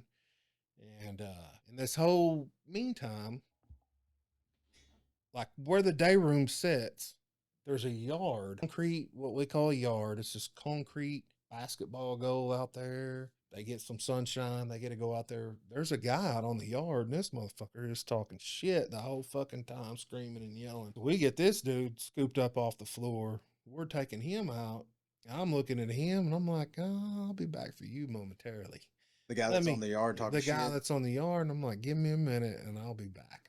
And then we get out there, and then I start hurting a little bit, not a whole lot, but I realize something's happened. Well, I got a helmet on, I got a gas mask on. We're all out there, and we pulled him out, put him in medical. We got the camera on him in medical, and because he's needing medical at this point. And one of my lieutenants come up, and they're asking us, because first thing I ask you after our cemeteries, is everybody okay? Are you injured or anything like that? Well, I'm trying to tell this dude, I think I got stabbed, but I'm not sure. He's like, what? Well, I got a gas mask on and a helmet on. If you have never had a gas mask and a helmet on over it, a helmet like takes your vision and it tunnels it to like the peripheral of your vision. When you put that gas mask on, it tunnels it all the way down to only in front of you is what you can see. You know what I mean? And breathing's hard and everything. Talking's pretty much impossible. So he starts pulling stuff off, and he's like, what are you saying? I said, I think he got me. He's like, what do you mean he got me? Like, stabbed me. So they go in there and they pull the dude out of medical, and we're stripping all this shit off. And I had because you're in your regular uniform when you show up for work. So when you go suit up for a cell entry, you just take your blouse off, and, with your badge and all your stuff, you hang it all up. You just got your undershirt on and your pants, and then coveralls over the top of them. Well, I had a white Quentin Savage t-shirt on, and it wasn't white anymore, was it? I was starting to bleed from all the medical people, run that inmate out, and they're sitting there. And the only time I got queasy during the whole thing is when I looked down. I was like, God damn, somebody stabbed me. I wasn't really. The gravity started hitting a little bit finally, yeah. And it was just an insane sequence of events after that. Like, we're walking out to the truck, and I'm like, he got stabbed, I got stabbed. No, this shit's fixing to start coming out. Well, I need to talk to Jennifer. You know what I mean? I need to get a hold of her. So I'm trying to call a house. I can't get through. I'm jumping ahead of myself. So we're getting in the unit manager of the unit is like, I'm going to take you to the hospital. I was like, all right. So we're on our way, and I start to worry about Jennifer hearing about shit. Yeah. And I'm like, man, how's my wife going to know? And he's like, don't worry about it. The chaplain will call. Oh, shit. I said, pump the fucking brakes. Let me out of this son of a bitch right now, because I like our chaplain, but he don't speak English. He's the Italian guy. Oh, shit. You can't understand a fucking word that comes out of his mouth. Yeah, he's the last person that I want. Yeah. And he doesn't have no idea what's going on. I want to talk to my wife, tell her I'm all right. Yeah. He was like, all right, let me take care of it. So he runs back in. He calls him and tells him, hey, nobody calls his wife until he talks. So we get to the hospital, and I'm still freaking out because cell phones are rare. And showed up. And I was like, I'm telling him I need to get a hold of my wife, because we showed up the ER. There's chicks popping babies out left and right. You can't even get into the ER. You know what I mean? It was packed. And I'm walking around the waiting room there. I got my white t-shirt on. It's got blood all over it where I've been stabbed. Worried about my wife, and warden at the time was like, man, use this phone right here and call whoever you need to call. Dial up at the time. I'm sure Jeffrey's on the internet. Right. Yeah. Can't get through. Yeah. Because she was in college. And I was like, okay, I need to call my dad. So I called my dad and I was like, hey, look, dude, I don't need you to freak out. I need you to hold it together. I'm fine. I'm standing up. I'm walking around. There was a little incident at the prison. And, I got stabbed. And I don't know how to tell you that that's not as bad as it sounds. Right. Yeah. And he's, you know how dad is. He just took it all in. He's like, what do you need me to do? I said, I need you to go to my house. Find out why the fuck I can't get hold of my wife. And I need you to talk to Jennifer. I need you to make sure she's not panicking. So I finally get back into the ER. That was embarrassing. I finally get back there, and all this shit's going on. I'm fine, hell, I'm good. I've been walking around. They're like, well, we need to take x-rays of you and make sure, you didn't puncture a lung or something. I'm like, no, I'm not. I'm good. And CERT commander, and like I was telling you, one of the guys that was like, you ain't as tough as we are and all this shit, they come walking in and they're like, it's like, well, they want me to go take an x-ray, but they want me to ride in this wheelchair. I'm not riding. They're like, shut the fuck up. Sit down in the wheelchair. Go get your fucking x-ray. Make sure you're all right. And then come back and we'll talk. And I was like, all right, I guess I will. So I did, and obviously everything was fine, but it was insane, man. But here's the craziest part about that whole thing is later that night, that evening, they actually had another guy that was literally taken hostage with a knife to his throat the same night. Really? Yes. No longer with us, but he was a good dude, man. And the inmates figured out a way to kick his door open. Kicked his door open, come out and took him hostage. And it could have been a really bad deal, but they had done everything right. And the right people showed up. And the dude ended up getting away with just some, cuts on the neck. Nothing bad. Major. Yeah. He wasn't really hurt or anything, but it was an insane day. Prison, man. It really opened a lot of people's eyes. Yeah. Some shit can actually go down. Well, now, did they make you, was there like a mandatory in their process of doing things like that? Did you have to take time off from work or anything like that? Did they send you right back, or? I was at work at 5:45 the next morning. No shit. Yes. With stitches, or, I mean, what did you end up having? They done butterfly bandages over it because it was not a deep wound or a big wound. You know what I mean? It was just a hole. Puncture. Yeah. Puncture. So they done some butterflies on it. I went back to work the next day. I was the low man on the totem pole. The unit I was working that day, it was pissing and pouring rain, and we had to do an outside perimeter. So I had to go outside and walk around in the rain. I got stabbed. What kind of knife was it? I mean, it was a homemade knife, man. It was a pretty decent one. And how long had he been there before he had? I couldn't even tell you. He just, did someone sneak it into him, or did he? I mean, No. He made it. I mean, where there's a will, there's a way. Yeah. Weapons in prison, man, are easy come, easy go, right? Yeah, I mean, you live in a house made of metal. If you can figure out a way to get this much metal off, you can stab somebody. Yeah. You know what I mean? If you can melt a toothbrush down, you can stab somebody. If Yeah. you can melt a razor blade into a toothbrush, you can cut somebody. There's violence is going to find a way, man. And it's a very violent place. Yeah, you got the worst, especially being high max. You got all these people that are prone to violence in the first damn place and all that shit. What happened to that guy? He ended up, it was pretty cool. The DA called me and he was like, look, man, you survived. The other guy survived. We want to throw the book at him, but just trying to make sure he's never going to get out again. He was doing life without parole. So Already. it didn't matter, but he's like, we're going to give him 35 years for you and 35 years for the other guy, consecutive to whatever he's got. So he got another 70 years out of it till he dies, and they actually sent him back to Washington. After that incident? I mean, it was a while later, and I was very, very, very upset that I was not involved too. Yeah.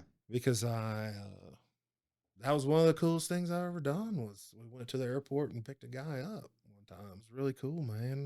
Me and 3 other guys took 2 vehicles, went up there, met the airplane, met the marshals, pulled this guy off the airplane, took him down to security, searched him, loaded him up in a van, and brought him back to Oklahoma.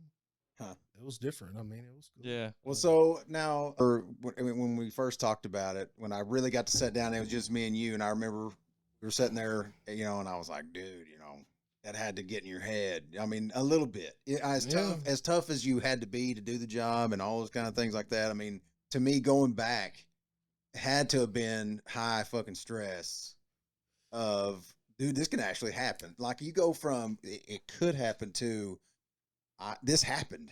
You know, Now I know I can be injured up here. Later on, some years later, I was at Jackie Brannon. He was still at OSP. Another friend of mine, he got stabbed on a cell entry, and his wife at the time called me, and she was like, "Hey, I'm calling to let you know, he's been stabbed. He's fine. He's at the emergency room. We're just letting you know that he's okay." I was just like, "Oh my god, dude, there's nothing I can do. I'm at Jackie Brannon. He's at OSP." But I talked to him and I was like, "Look, man, no matter what you do, it doesn't matter your mentality. It ain't about you anymore. You need to make it about your family." I didn't take any time. Like, I missed zero work. And I think it was harder on Jennifer and my parents than it was, on me. Sure. Right. It was what I had to do to face the next day was to get up and go back in. Yeah. You know what I mean? Be right back in the mix. And so I told him, I was like, "Man, I don't care. Just take some time off," and which his wife is prison raised and all that. So, she was cool and understood, but it's like, man, your kids, they don't understand. Your wife doesn't understand. She thought she understood, but now it's totally different. Yeah. It's truly, you could go to work one day and not come home. Did it change your, I don't want to say, did it change your outlook on it at all? I mean, did you carry it around quite a bit? I mean, I know you got to be tough and in that environment, that kind of thing. But I mean, in the back of your mind, did it make you a little more apprehensive, or do you think it changed you at all in that way? I mean, it had to scare the shit out of you. The thing that changed it most about me was like the next day when I was there, and the same unit that the guy got taken hostage on the night before, dude, the day before he got taken hostage, the same cell, I was running showers down there. So, like, and doing cell inspections. When you do cell inspections, you take the guys out of the cell, you put them in this shower, put them in that shower, lock the doors. Then you go into their cell, you look, you make sure that there's no new metal cutouts, there's no, electricity still works, the light's still there, the bars are good, the door's still working to the best of your knowledge, all that. So only one guy comes out and goes to the shower, the other guy's still sitting in there. I'm like, "Hey, I got to come in and do a cell inspection. Just stay where you're at." It's right, sleeping. I'm in there looking, next night, the same dude kicks his door open, takes a guy hostage. That's fucking nuts, man. I was in that cell with that guy, just me and him. I'm looking around the cell, and the way he had hit his knife, but I wasn't really looking for a knife. I was looking for different things, and that's the way shit goes. Yeah. That's fucking a prison for you right there. Yeah. You're in there with him one day, and 12 hours later, he's got a dude with a knife to his throat holding him off. And right on the tail end of all the shit that you just went through, that we all went through. Damn. It's a rough day at the prison, man. It had to have woke a lot of people up. Yeah. So they changed the riot gear then? They gave you neck protection? They did. Right after, it was not too long after that, they called us up, and they called me up and a couple other guys up to the CERT room, and they had some guys in there showing some vests, and they had top of the line stuff. It was pretty cool. And you said they named it after you. What are they? What's it called? They're called Logans. Really? Yeah, they was for a long time. Nice. They were big vests that had like a collar around them. Yeah. The one that I was wearing whenever I got stabbed had chest protection, back protection, and it had Velcro straps that go over because it was a ballistic vest. Yeah. Not a stab vest. I was going to say, those don't offer any stab protection anyways. Most of them don't. Now most all of them are spike protection, and at the time it was Right. fired for one thing. Yeah. Dude, we were wearing coveralls from like the 1980s. Yeah. Like they fucking smelled like ass. Really? Because you would suit up in them. You got this fucking vest on. Oh, man. Vest You got full. this coveralls full coveralls. You got these shin guards on. You got these Kevlar sleeves on, Kevlar gloves on, Saturated by years of sweat. and nobody ever washes them. Yeah. So they like got the white sweat rings on them and shit. Damn it, man. And when you're putting them on, you know, your adrenaline's pumping. It ain't too bad, but when you go to take it off, man, it's brutal. And your body heat reactivates whatever's in that years of Yeah. And then once, you know, when I first started, we didn't use OC spray. We didn't use pepper spray. You just roll in on It people? was straight monkey strength versus monkey strength, man. Damn. You put 5 guys against one person, and then you said, that's the best we can do. And then you went on there and you got them. So when you brought them out. When you thought that he played into your hand, actually you had played into his initially, right? I mean, you slipped on the shampoo that he had. Yeah, I mean, yeah, kind of, in a way. But then he took the club to the head. Yeah. And so he really got the worst end of it, I guess. You know, it was lights out after that, and what happened. Man, dead bodies, that freaks some people out, you know. After your first or second one, it's not a big deal anymore. Well, I mean, honestly, you don't, unless you're just really unlucky. Dead bodies really ain't, it happens, you know, but mostly it's, you got them, but most of the time you're responding to a cell. You know what I mean? Something's happened in that cell. So by the time you show up from this place to this place, you got a pretty good idea what you're getting into. It's a dead body in there. They probably already got the other guy out by the time you get down there. Now, stabbings and stuff like that happened on the yards, that stuff was insane, man. And you would run like to the place where these motherfuckers are stabbing each other. And once you got there, your job is to go out there and make them stop. And then on your way home that night, you're like, what the hell did I just do? You adjust to it. And I could see over time where you could maybe not get totally used to it. You're not numb to it, but you know, it's part of what you do. And I'm my own person, man. I made my own way. I paid my own dues. I done my own things. I learned from people that I worked with, that I admired, learned from people that I hated. I worked for old people. I worked with young people. I worked with women. It didn't matter. The one thing you knew 100% when I was at OSP, that when that call went out over the radio and something was happening, there was people coming to help you. Well, at least you knew that. I mean, you knew that for a fact. And you knew it at Jackie Brandon too later on when I moved over there. I mean, it didn't matter. You could hate each other and know that you're responding to, you know, this guy's in a fight for his life. It doesn't fucking matter. You put that to the back of your mind and you go down there and you're just whatever you got to do, you know, as far as running out on them yards and shit, man. It was just fucking insane. Like, what am I doing, man? What did I get myself into? Well, now, when you were doing CERT, you did manhunts too, right? Oh yeah. Yeah. Now tell about. I don't know how many stories I've heard of the one that I'd like for you to talk about. Where you were the guy on that particular yeah, one. I know exactly what we're talking about. And I want you to use the quote that you told me about too. I don't know if you remember what you told me about it. I know it. Well, you know how you are though. This dude's very well read. What you don't know about Logan, and what I want to make sure and include in this podcast is he's a reader. Like he reads a lot, or he used to. I don't know if he still does. But when I got my reading, because I read a lot, and I got it from him. When I was young, I remember us being really young. This is a side note, and I'll let us get back to what we were talking about. But I just kind of want to set the scene for the type of dude, you know, Logan's capable of violence, and he's had to do violence, and he did violence for years. But he's not a meathead. You know what I mean? Like you run across these guys that do this stuff, and that's all they are. They're just a shell, and they just want to be mean. And this dude is not this way. And you can be, you know, but the best thing about violence is knowing that you're capable of it, but finding a different way to find a solution. Yeah. You know what I mean? That's the last thing you want to do, because anytime confrontation between two people, somebody's getting hurt. Yeah. 9 times out of 10, it ain't going to be the dude that's out on the yard working out every day. It's going to be the dude that smokes 2 packs of cigarettes and a pack every night and eats and lives his life and has kids to take care of and stuff. We're on the losing end. Right. You know, these guys are prepared. We're not. Yeah. I tried, but you know, hell, it doesn't matter. Physical injuries, all that kind of stuff. But finding a different way was what I try to do. Yeah. Well, that's as I got older. And that's what I say about it. Was a funny thing I want to the note I want to put on this before you tell this story is the way you ended it for me when you were telling me about it was a Shakespeare quote. And I'm sure you probably don't even remember it. But dude, it stuck in my mind so strong because after you hear the story, you'll know what I'm talking about. But we're sitting there and he tells me this whole story and he turns around to me and he goes, I'm telling you, man, there is no feeling in the world like hunting a man.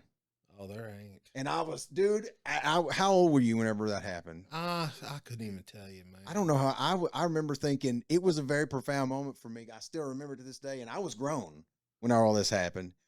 And I remember thinking, oh, I could see that. Like it painted a really good picture. But you can go ahead and tell the story now. But I just wanted to. It takes a second to set it up. One thing that makes Logan, to me, almost kind of a unique case is, well, for one thing, I know him well enough to know that it's not all just brawn. You know what I mean? It's not all ass whipping. It's not all, I mean, a lot of it, obviously, you know, and it's attitude and all of those things, but to do it the way you done it, and especially to do it as long as you did, you can't just be a fucking mindless moron out there beating the shit out of everybody you come across. No, you'll never make it.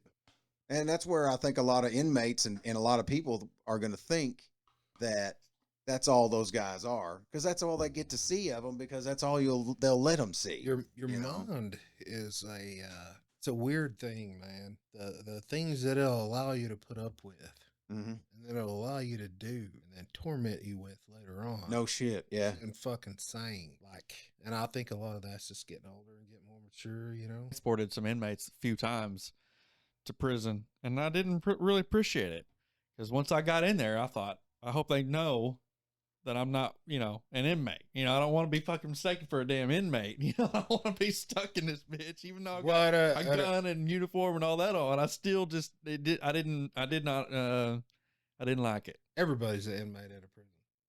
Well, Yeah. hey. Yeah, you're only out when somebody wants to let you out. Vendors are inmates at prisons. Yeah. I mean, they have a job to do, and they come up, they get patted down, they get searched, they get... See, and all this shit, you got to understand, to a layman like myself, even Ben has this background that I don't. Right. Is I've never searched anybody. Right. I've never, I mean, those things, you'd be surprised how many people are interested in. Dude, I've seen 300 dicks in a day. You're so lucky. An asshole to match every cock that I've seen. Yeah. Yeah. Nobody wants to hear about that. Well, it's funny. That's funny. Dude, I would see. Can I put that in there? I was going to say, put this in? we could make a 15-second short about it and people are going to laugh their balls off about what you just said.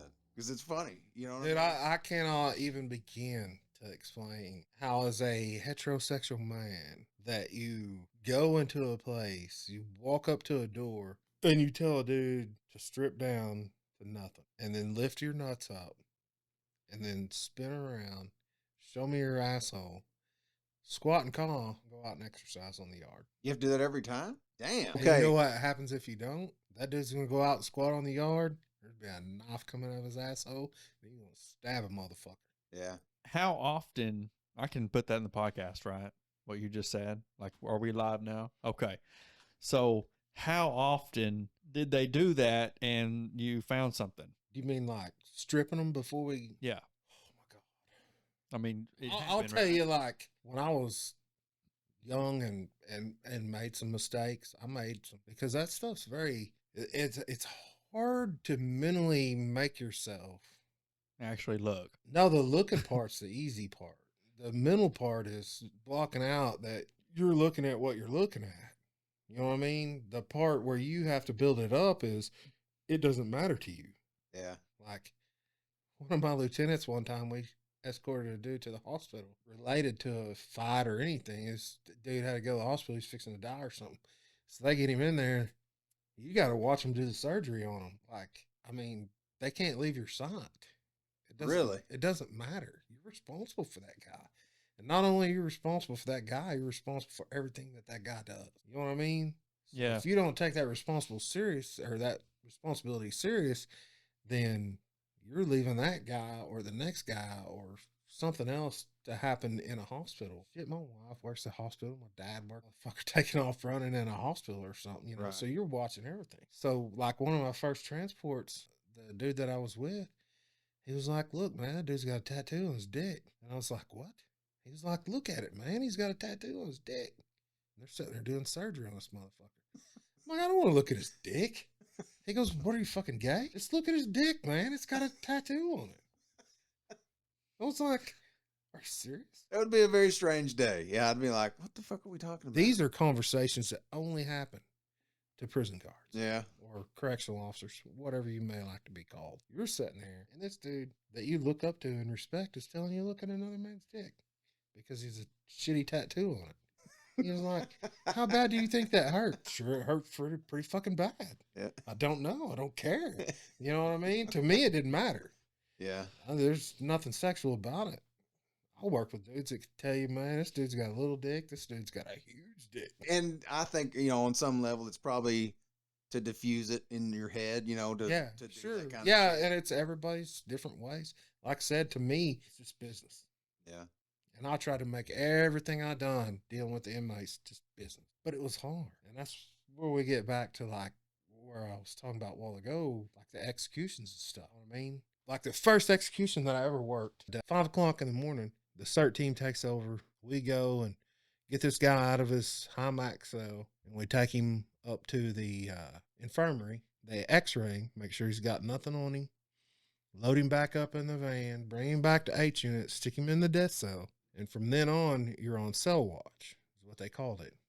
You got a guy there with a logbook. He writes everything down that happened. You got a telephone there. You have a set of clothes for here and a set of clothes for there. This dude he goes to visit his people or whatever the day of the execution.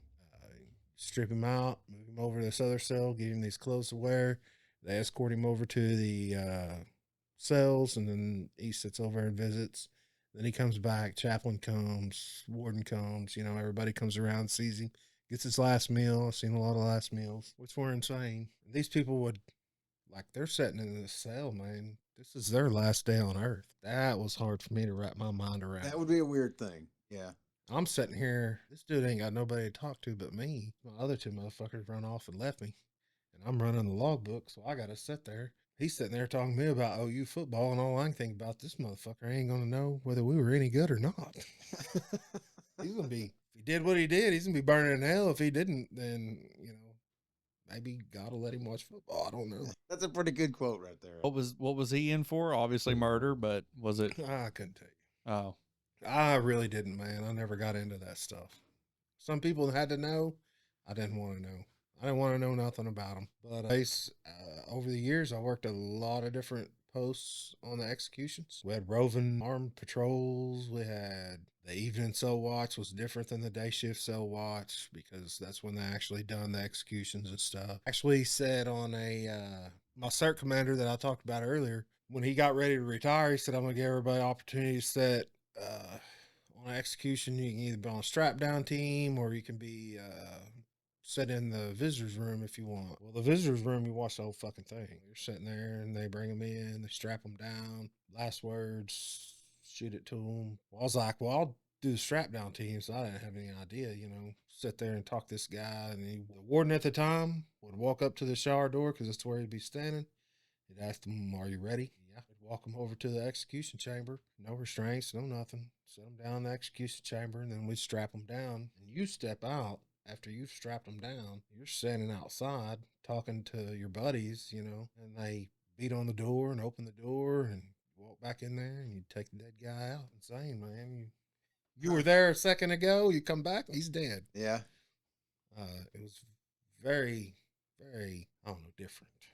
That would be strange to take because the only time I've ever dealt with it was people were old and sick and that kind of thing like that. So to take a perfectly healthy person, put them down, and then go back and get them whenever they're dead, it would be weird. It was weird. It was mind blowing, man. It was like, that's how life is, man. It's fleeting.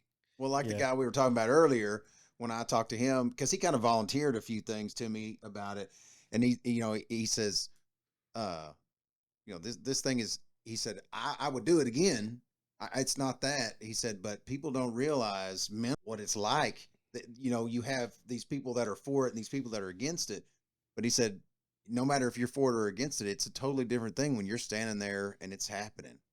He's like, it's a responsibility that gets passed off to us that people just say, well, they do that and they don't know what the fallout is of it, right. That kind of thing. And he was kind of alluding to what you're saying about the mental side of it is like people just think, well, it's an execution. Well, they had it coming, or no, they didn't have it coming, and they try to be that cut and dry with it. And he was like, it's not really that way for the guys that are doing it. He said, I'd do it again. He said that's not the issue, but Well, the weird thing is, like, you may be assigned to work your shifts on that unit on death row. You may know this guy.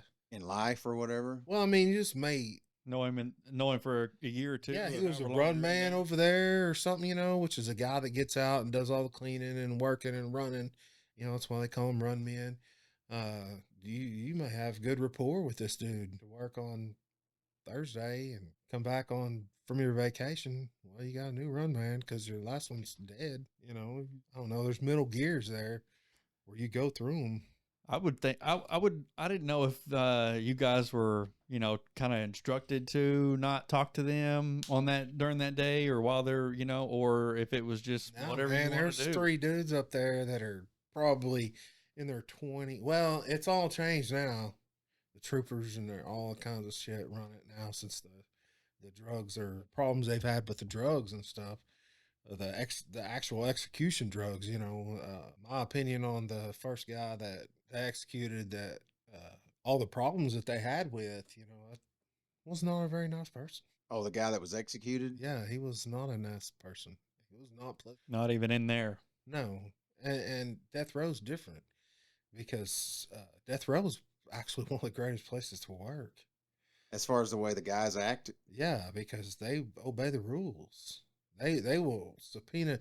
You'll work on death row for 2 years, and they'll subpoena you to court in their trial, and they'll say, "Hey, have a lawyer that you got good rapport with this guy or whatever, and they want you to get on the stand and say, hey, this dude's an upstanding inmate, man. He obeys all the rules, does what he's supposed to.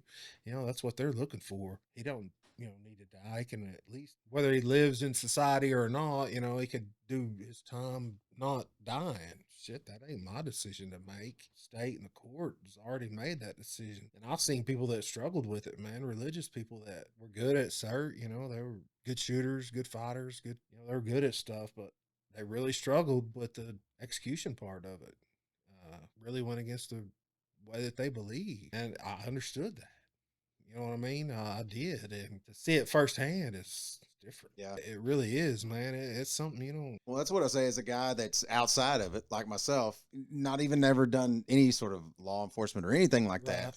Right. It always, I remind myself a lot of times that these responsibilities that you guys are given and not really paid that well to do them. Not extra. They're actually Overtime. They're an incremental part of what makes society click, and nobody gives any thought to, like you were talking about, like PTSD, the weight of carrying all these years of that stuff is. I mean, I wouldn't even know where to begin. I have no frame of reference. Oh, it's rampant, man. People, and I see it more now that I've stepped away from it. You know what I mean? I see it in these young people. Took my place when I left, that I trained to take my spot, and I tried to pass on to them everything that I knew. You stay in corrections for 20 years and you get involved. You're changing your whole personality. You're changing who you was as a person from when you started. The lucky ones are the ones that start in their 30s. You know what I mean? They've already got to a position where they are. The rest of us, man, like I said, man, I couldn't tell you how many people I knew that grew up in a prison. That's all they know. That's all we know. I mean, and it doesn't relate to any outside job. Like when you retire, you're not. My wife hears it all the time. If I was a fucking carpenter, I'd fix it. If I was a plumber, I'd fix it. But if I was a carpenter or a plumber, I'd probably be a carpenter or a plumber. Yeah. I found my niche and it was different. Yeah. And you keep it up as long as you can, and then the weight of it is it's tough to carry around. It's difficult. And then you see all these people that you knew that ain't with you anymore, man, and you wonder how much the stress. And we used to see all the time people retire, and then like a month later they're dead. Like so much stress put onto your body, they didn't have no way to release it. Like medication, fucking take medication for everything. Fucking 1 pill doesn't work, 2 pills don't work, 3 pills don't work. So next thing you know, you're taking 4 pills for blood anxiety. I'd go home and sometimes at night, man, I have these fucking headaches, just twisted your muscle tension headaches. I don't know if you've ever had a tension headache. I don't know what a migraine is, or I know what a migraine is, and I call it a tension headache. It's just like this pain and just can't get away from it. It's all this tension in your body, and you just can't release it because there's so much frustration and honestly rage that goes into working there. You're so fucking pissed sometimes, and there's no release. Yeah. So much alcohol use and prison guards, PTSD, is shit that they don't talk about. Shit that you just deal with on your own. Well, you can't talk about it amongst your friends that you work with because it's taboo. And those people need help, man. They need mental help, psychological help. They deal with stuff on a day-to-day basis that you shouldn't have to. It's not just the threat of what's going on. It's dealing with these people that have no place in society. They honestly, all they want, it's like they're machines of wrongness. Yeah. You know, they're just all wrong about them. Man, it'll almost make you weak in the knees just looking at them in the face and know that you're at their mercy sometimes. And the only reason they don't do something is because it doesn't benefit them. Yeah, it's not because they have that check. It's They just don't because, care Yeah. whether you live or die. If they could figure out a way where you died that benefited them, they'll fucking take you out in a heartbeat. Yeah. That's what I say. You know, Dad and I talked a little bit. I remember right after you retired, I was like, the first thought, of course, in my mind was, man, this dude's lucky. You know, he's in his 40s. He's retired. But then I get to thinking about it, and I'm like, but dude, you know, all the shit you did to get there. You know what I mean? The shit you had to. There's a reason why it's a 20-year retirement for security, man. It's a long road, man, and the more responsibility you feel to do it, the greater your calling is. You know, to do it, you just do it. Well, like you said, even that extra weight of the type of personality you have, to where if somebody needs help, you're going to help them. Right. I mean, that's another level of difficulty you kind of pile on top of all of it. Almost. Well, I mean, like the things they don't talk about is like on the weekends, you get a call. You're the lieutenant on duty. You get a call. This dude's dad died in a car wreck today. It's the only motherfucker this guy knows in his life that means anything to him. You gotta go get that guy. You gotta call him, get him down to you, take him. You gotta tell him what's happening. And for me, I always wanted, it's just me and him, nobody else around. I go pick him up in a vehicle or walk them from the unit over, and when they get there, I'll tell them, I gotta tell you something, man, and it's, I don't like it, I don't like it either, but this is what happened. Your dad passed away or your kid died or something, and you give them your phone in your office to home. God damn, man, that ain't nothing. Yeah. You know what I mean? Man, I talk to you, if you need somebody to talk to. Those are shit that's the shit that people don't understand. You're doing that shit all the time. Well, you're dealing with people in a large mass too, like you said. Mm-hmm. So not only with fellow employees, but with inmates. Yeah. I mean, you got all the problems of society. Yeah. Like condensed down into this one area. Yeah. There's a lot to it that I don't even think about. Like, it's weird how you've been doing this for so long, and I didn't give a lot of thought. Not that I didn't care about what you were doing, but right. I didn't think about the intricacies of it. Yeah, no, nobody does, man. And you kind of don't want them to, right? No. I mean, you know what I mean? It's like, I don't want to put that No, because that's the thing, and that's Oklahoma in a nutshell. Just fucking lock them up and throw away the key. Mental health, there's nothing for the inmates, mental health wise. Medicine, we're not rehabilitating. Just basically give is there anything for 'em. Is there anything for the guards, for the correctional officers? There is, but it's a process to go through, and then there's the stigma of you needing that care. Well, you're weak, right? Because you need help. Yeah. Well, you're not weak. If you're strong enough to realize that you need help, you should seek it and find it, whatever way you find it, and not drugs and alcohol, because plenty of us go to that. That's just divorce rate among prison guards. Oh, it's like one of the highest in the United States. And a lot of that is people don't talk to their partner, It doesn't just internalize all of it. Yeah. Yeah. Like me, like I said before, we're raised by hard men, These You don't dudes, talk about your problems. yeah, you don't talk about shit. You know, you fucking suck it up, swallow it down.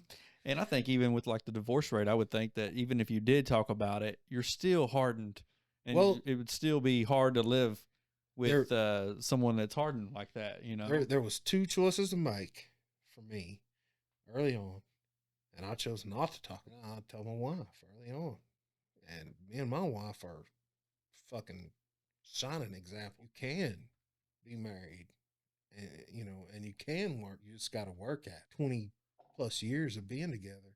She's broke the whole ride, and I chose not to talk to her about it. Some of it I did. I mean, she's seen some of it. You know, she's seen the worst of it.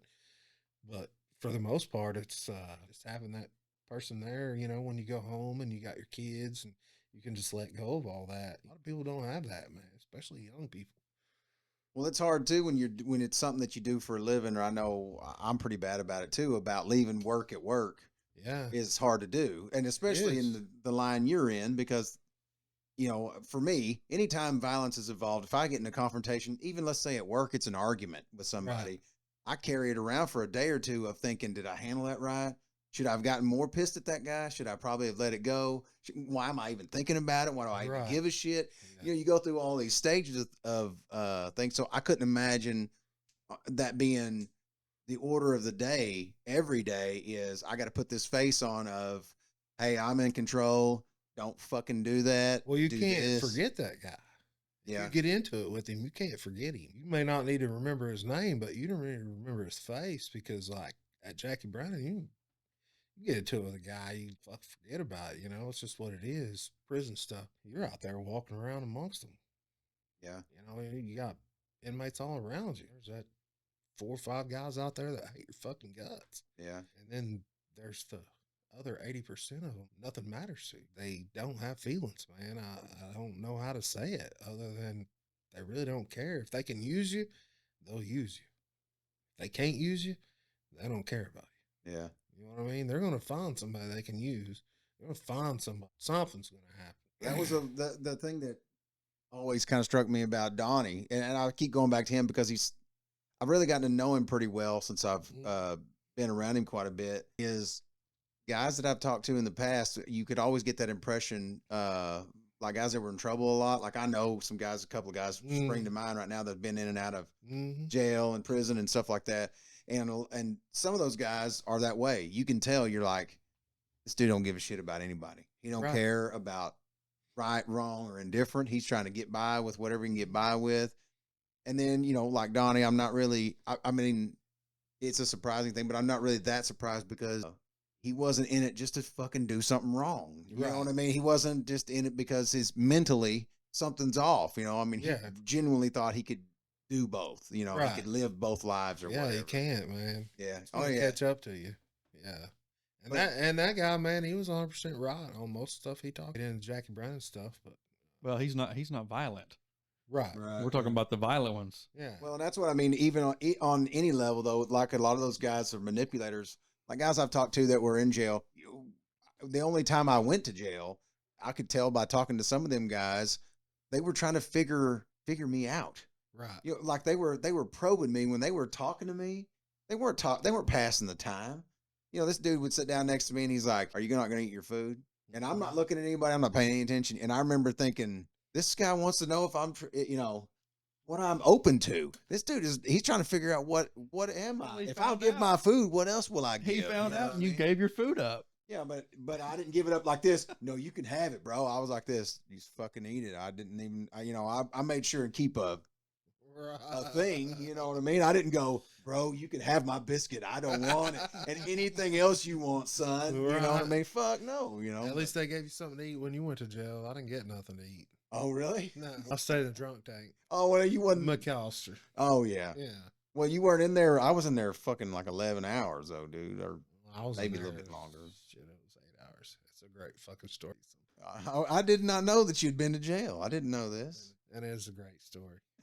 Well, that's okay. Now, I want to talk. I want to ask you a quick question, going back to the mental health thing with the correctional officers, the help. I'm sure I can tell from a good guess for me would be that you probably took a lot of new guys under your wing over the years Absolutely. and would talk to them and explain things to them better than they were explained to you when you first started, Yeah. because you're like, hey man, you know, Absolutely. I think when you started, you know, a lot of the things were let these young guys weed themselves out, and the Yeah. strong will survive. So we're not Yeah. going to really give too much to them. We're going to make them. Well, they were hiring 20, 30, 40 people at a time. Oh yeah, everybody's just They're a number cranking 'em out. basically. Casting a wide net. Yes. You know, I'm in there 21 years old. I'm like, look, man, he's got a fucked up haircut. Another one of these fucking knothead kids come in here. And think they're And gonna... he don't know shit about shit, but he knows some, and those people are right. So they took care of me. And then as I went along, I learned from other people too. You know, I spent a lot of time trying to train new people, but even at OSP, when I had first started, I was still a corporal, and you were supposed to train people. Well, I was still a corporal, but they would assign me people, and I would bring them in. I'd try to show them, you know, talk to them, how to communicate. But it's a different environment, man, and they have to be exposed to it, and you have to find out whether they're willing to be around. Dude, I've worked with people that killed themselves. I've all kinds of shit. It's insane over the years of shit you see. I was talking earlier, executions. Our dads went to school with a guy that ended up on death row at SP. He was from Kenna. He was a contract killer. I know my dad and him graduated the same year. His son was the same age as me. Like we went to him and my dad was friends growing up. Me and his son was friends growing up. Well, for those who don't know, Kenna's a town about what, 40 people? I mean, maybe not 200, maybe. Yeah, it's small. I mean, small town. Very small. You know, and I knew this guy. Shit, man, he come to my house and worked cattle with us. I remember. And he was the coolest motherfucker you ever seen in your life. Show up on a fucking to work cattle, you know, out here in Kenna, Oklahoma, on the big ranch that we had, working cattle. And we work side by side. You know, I'm working with these guys, and we get done working one day, and we're out, and I'm shooting some baskets. You know, hell, I'm still in high school. They're all sitting around. My dad would feed them, and then he would buy ostriches full of the cheapest beer he could find. He'd feed them, and he'd give them beer, and you know, pay them for the weekend and stuff. Well, I'm out here shooting baskets while they're all sitting around drinking beer and shit. And I'm like, oh, shoot, sky hook. Well, I'm shooting my sky hook. And he's like, hey, what the fuck are you? I was like, it's a sky hook, man. You ain't never seen one? He's like, I ain't never seen one like that. He's like, let me show you something. So he comes out, he's showing me how to shoot a hook shot and shit, you know. Years later, I go to work. Somebody's sitting on death row.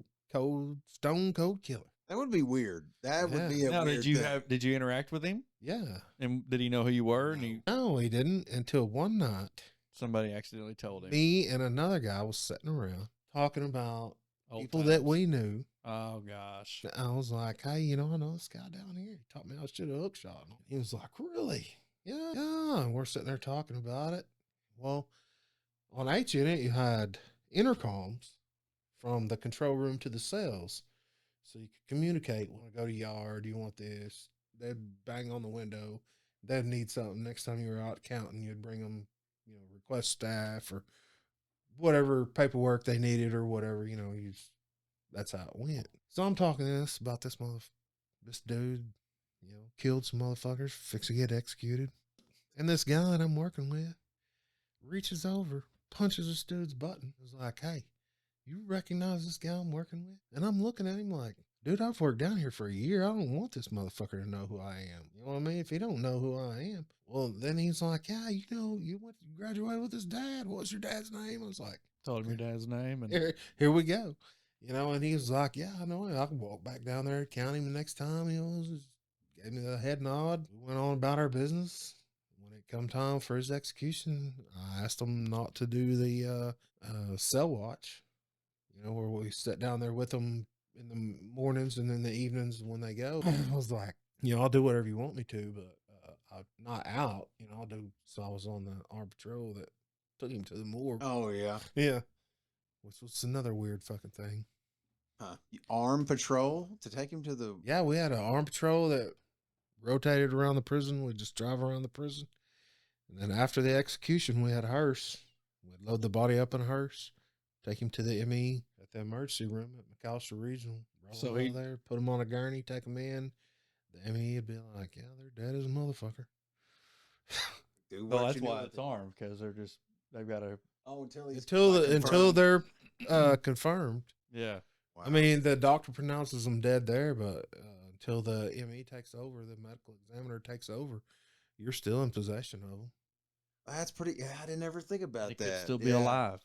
You got to draw those lines somewhere, though. Well, I mean, even this, as silly as that might seem, though, you still have to at some point Yeah. pass that responsibility off. So he never really tried to talk to you or anything once he No. even knew who you were? No. He did not. No. What was his story? I mean, did he kill a bunch of people or did he? My dad swears up and down there's no telling how many people he killed. He said he was the best motherfucker you could know, but he didn't have no conscience. Oh, I've heard rumors. I don't know who he's convicted of, but I've heard rumors from way back in the day.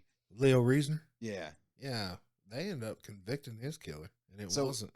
So it wasn't Vince? Really? We're not supposed to be saying names. Shit. Sorry. Really, we just can't. We just don't want to talk about Well, I mean, I just names. I just got lost I'm in just- conversation. I'm just now. not naming names just because Yeah. it's easier. But Yeah. you know, I We mean, can cut any of that a out. lot of people know Mary Reasoner was a nurse at the prison when it was all happening. And right before they got ready to execute him, he was like, "Hey, I need to tell y'all some shit." She thought Okay. about who killed. Okay, so she is his wife, I'm guessing. No. She was related to Leo Reasoner, the county commissioner that was killed in Kenna, She was related to him. Okay. her husband. Mm. And they almost, I mean, they were talking about, trying to get a stay. Just So he go ahead and spill the rest of what he knew. right. And they get to the grave. She was pissed. Well, see, and that's what I've always been under the impression that that house down the road from mom and dad's, that he was the one that done all that. Yeah. So he said, "I have more information. I want to stay," and they were like, "No." Yeah. You would think there's something.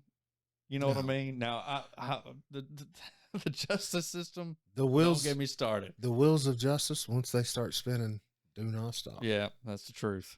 I mean, and Whether it's one- for the right or the and wrong. you're talking about something like, I'm just some fucking dude that went to school at Clinton, and I'm sitting out there outside a cell door. I got a telephone, and it's a direct line to the governor's office. That dude can call at any time and say, "Put this off." They don't call. Yeah. So you're the guy that the guy that's doing the that's the call that you're There's the a guy. phone sitting there, and they actually, in that little logbook that I was talking about that you Mhm. had, somebody would show up, they would call the governor's office, be like, "It's a good line. It's a good line." They'd hang it up. You'd log it in your logbook. It's a good line to the governor's office. They can stop it at any time. Didn't back then. Now it's different. Any of the inmates that were that you were watching that day, any of them just sit there and cry the whole day, or any of them try to confess to you that they were innocent and please don't do this or anything like No. that? All of them are. Yeah, they all ate. That's which is crazy to I me. don't know if I could. Not that I knew that for sure, but I always just figured. Well, if you had so many years to Of come to no. terms with it, and them motherfuckers knew when we walked up there and we put them in that death cell, it's over. Yeah. I mean, there's plenty of signs that tell you this day is your last day. Yeah. Most of them were not jovial or whatever, but seemed like they were ready for it to end. Yeah. Well, that would make it a little bit better than if they were like screaming and crying and begging and all that kind of thing. And most That of them suck. would talk to you, just small talk, or Yeah.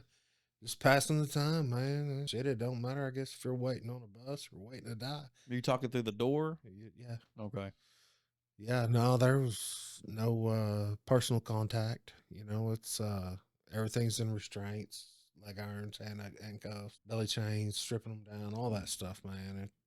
It's and the execution process now is even crazier. I mean, I don't even have no idea what goes on now. This was all back in the early 2000s. I left left OSP in 2006, so this is all prior to 2006. I couldn't tell you how many of them I worked, in one fashion or another. It seemed like I was on 2 to 10 all the time because I was young. So I was always there. Crazy.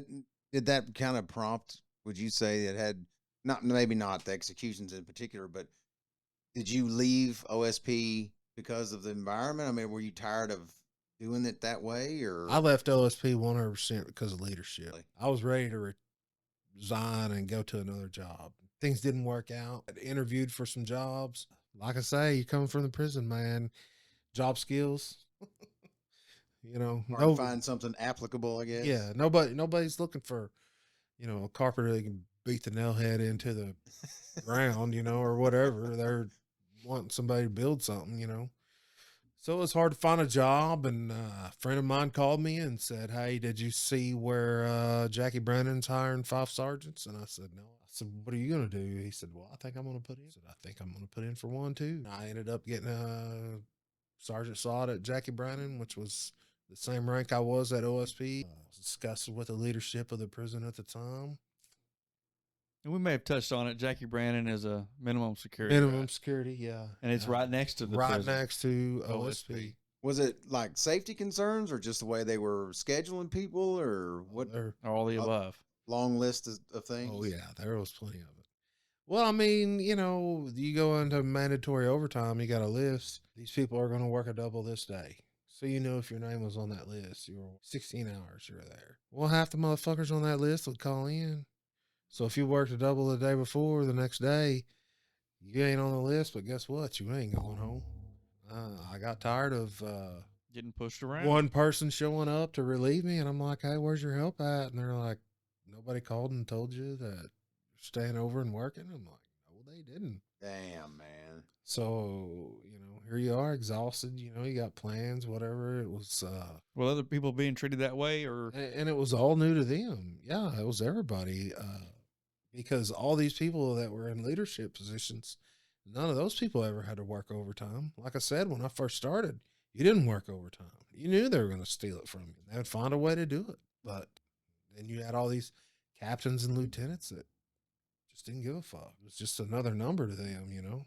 And I was like, it's not the way I want to work. I don't want to be a number. I took my issues as far as I could and got no resolution. So rolled out. when those jobs come open, I put in for one. I talked to the warden at Jackie Brennan. He asked me if I was running from anything, like trouble or anything. I said, may not be number one on the list over there, but number one on the list when shit happens and they need some help. You know, I may not be number one, but I'm up there on there. Yeah. You know, and he took me over there, and it's a whole different world, man. Did you like it much better? It's very different. Took me a little while to adjust. If I was walking by making count at OSP and somebody wanted to talk to me and I didn't want to talk to them, I just kept walking. You know what I mean? And maybe next time they can approach me better or whatever. Jackie Brandon was the same. You walk out on a unit and everybody's out there. They can come up to you. They can come. It was just different. A lot of different things going on. Whole new problems. You know what I mean? When I was at OSP, you're looking for weapons. You're looking for drugs. You're looking for things that they can use to get out of their cell, you know, different. Jackie Brandon, you get over there and things have just changed. They shut down tobacco. We got motherfuckers driving by Jackie Brandon throwing a trash bag full of tobacco out. Motherfuckers run out there and pick it up, making tons of money off tobacco. Well, once they figured out they could do it with tobacco, they started doing it with dope shit too. Jackie Brandon was one of the big hubs, contraband hubs in the state of Oklahoma. They're the only prison with a dairy and a butcher shop. They make all the meat for the prisons. They make all the milk for. They box it up, send it to other prisons. Oh, I did not know that. Guess who boxes it up? Mates box it. So if you got a pound of drugs that needs to go to Just Done, you sling it in a box full of fucking frozen meat that's going to Just Done. Chances are nobody's finding it. Huh. You know, you check as much as you can check and find as much as you can find. Dude, pounds and pounds of drugs. So much shit. Well, there again, you're at that same thing where they're always at the game. They're always working on it. Whereas you're going home and trying to spend time with your kids and to have a life outside of that shit. And they're doing that all the time. Oh yeah, man. They're in the game all the time. I mean, cell phone. Oh my God, dude. 500-600 cell phones a year, something like that. You ever find any cell phones up somebody's ass? Found cell phones up. Well, that's what I was asking earlier. You know, when you did the lift your balls and show us what you got. I was wondering if you'd ever really, I mean, something Well, fell out, and they're like, oh, we dang it. don't Or see a lot of it. It's hard to explain how it works whenever you bend over and squat and cough, but it pushes out. So you can see it. Chances are you're not going to see it. 'cause it's too far up in there. Right. Or they're just not going to give it up or whatever. But yeah, I mean, there was people that got them up in there and they got sideways and they couldn't get them out. Oh my They god. couldn't go to the bathroom Damn, dude. and they like had to get them surgically removed. Guess who pays for that? We do. The state, yeah. The state is we. Right. Yeah. Yeah. Damn, man. So, You know what a dry cell is? It's when you stick a motherfucker in a room with no running water and a bucket to shit in. And until you shit out what you got inside your belly, you can't leave that cell. Oh, that's when they know there's something in there. X-ray. Oh. I wonder, well, so you're saying that if Jackie Brannon or OSP or any prison had like an auction and there was a bunch of cell phones, don't buy those cell phones. No. Okay. do they, now I'm trying not to get too far off into this, but the curiosity. I had to add do some they- humor in there. Do they put them in bags? Or is it just the cell phone itself? I mean, how do you find? Sometimes. Jesus, man. I mean, could you imagine? No, I got the cell phone in, bro, but I couldn't bag it. I can't imagine just a baggie full of like some dope in it. You know what I mean? I couldn't imagine doing that. Hey, can you imagine a dude walking up to you or your cellmate at OSP? He was like, hey, man, I got some weed, but I got to get it out of my ass first. No. And you're pumped. Like, well, get that shit out of there, dude. You want me to get it out for you? 'Cause I'm ready to forget for a minute, where I'm at and what's going on. Yeah, that's a damn, man. Oh, that's what is it? What did Donnie call that shit whenever he not keystering, he called it something else. Prison purse or something like that? Oh, yeah, there's all kinds of names for it. I just remember the Jack Shack. That's all I remember. Oh yeah. I mean, there's only one way to find it is X-ray. And there was times when we go that it's against policy to X-ray them for contraband because it's too much exposure Oh, because they've been to X-rayed. radiation. Yeah. Yeah. Oh. And then, I mean, Jackie Brannon, you had crews that were out working, supervised by some dude that works for the city, making $12 an hour, which is probably just a few dollars more than or a few dollars less than a prison guard makes. And they don't give a fuck if they're smoking or not. They come back to the prison with their tobacco and sell it. And the next thing you know, you got a guy that's escaping because he's in debt for tobacco. So he runs I off, and never you got thought a about that shit. fucking whole different thing going on. Yeah, you watch on the news and they're like, and he just had 6 months left, or whatever, a Mhm. year or whatever. And you're like, I seen a dude run off. His grandmother died. Run off. We knew where he was going. Went straight up there, and they caught him right up there. Really? Went straight to his grandmother's. And gets time added on and all that shit for escaping and all that. Make no mistake, the DA ain't adding no time to him. Oh, really? I didn't All they're care. looking for is conviction. They're not looking for adding time to Oh, him. yeah. Right. They'll run it consecutive, or they'll give them 2 years. It doesn't matter to them. The state of Oklahoma spent $10,000 in overtime, Catching this spending guy. 3 weeks trying to catch a motherfucker. Hmm. All they got to get's that conviction. That's a strange thing I hadn't thought about, man. See, this is why I love this kind of stuff because, I mean, there's angles to this shit. There's no way I could have thought of There's those things. Drugs and tobacco, man, were the reason for most of our escapes. For one, there's probably more drugs in a prison than there is outside of prison. There's nothing we can do about it. We tried. I mean, you're out there all day. I mean, dude, I've signed our butcher shop. It's the old housing unit that I shook down when I was on CERT at OSP at Jackie Brannon. I'm out there one night. I'm sitting on this road and I'm watching the dirt road that runs, behind the old hospital because that was our high traffic area. I got the night vision out with me. I'm sitting up there. I get so I'm out walking around, shining night vision around, I look over. There's a motherfucker standing there. Fucking big bag in his hand. I'm like, so I holler at my buddy on the radio. I'm like, hey, I need you to come up here. I'm like, what am I going to do? I got no gun, nothing. This dude's up here. He's obviously not where he's supposed to. So I'm trying to talk on the radio quiet. Get some people up there, shine a light at him, like, hey, what are you doing here? So I take off after him. Well, this dude's running around corners of this building. Well, every corner I come to, I'm like, God damn, I'm gonna have to fight this motherfucker right here. So I gotta slow down every time. I come around corner, he's gone. We never find this dude. We searched all over for him. We end up finding a bag that he had pounds of dope in it, tobacco, phones, all kinds of shit, meth, all kinds of stuff in it, man. Damn. You don't understand, Jackie Brandon's like 2,000 acres Yeah. surrounded by public roads. Yeah, that's true. Yeah. You can drive right up to it. All you gotta do Easily. is stuff a bunch of dope in a McDonald's cup and throw that motherfucker out, and chances are Someone's you're going gonna to get that in. Yeah. Cell phones that coordinate everything.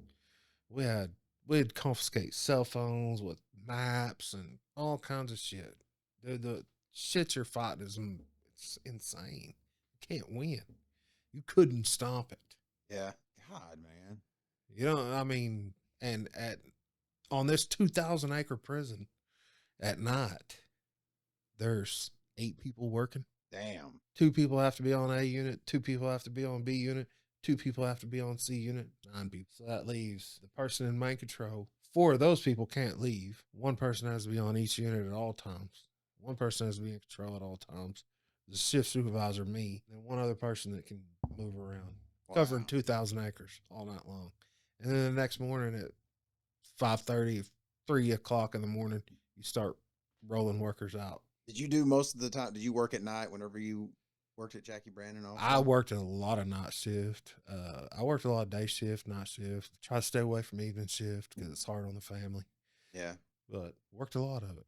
I remember when you were still at OSP, it seemed like your schedule changed all the time. Because you would work I guess like so many nights, then so many days or whatever. It's wasn't it a rotating thing, or did it just? Yeah, it was supposed to rotate every year, but it rarely does. I remember, one of the reasons why you and I haven't seen each other very much as adults is because you worked some weird shift half the time. All the time. I mean? Tuesdays, Wednesdays off. Yeah, it was. Yeah, it would Fridays and Saturdays off. It was crazy, man. It's hard on you. It's hard on your family. Shift works hard. Now, when I retired, we were doing the lieutenants were doing 512s at Jackie Brandon. That was one of the biggest reasons I left. 512s? Yeah. So I left. I think they're down to 412s at Jackie Brandon, but I think they're still working 5 at OSP. Jeez, dude.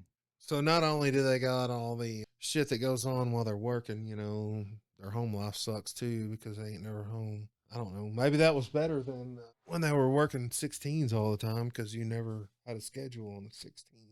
Yeah, 16 hours is a long fucking day. I've worked those here lately. Dude, on them escapes, man, back in the day, you'd roll out. It might be a day or 2 before you come home. Damn. Yeah, you'd be out.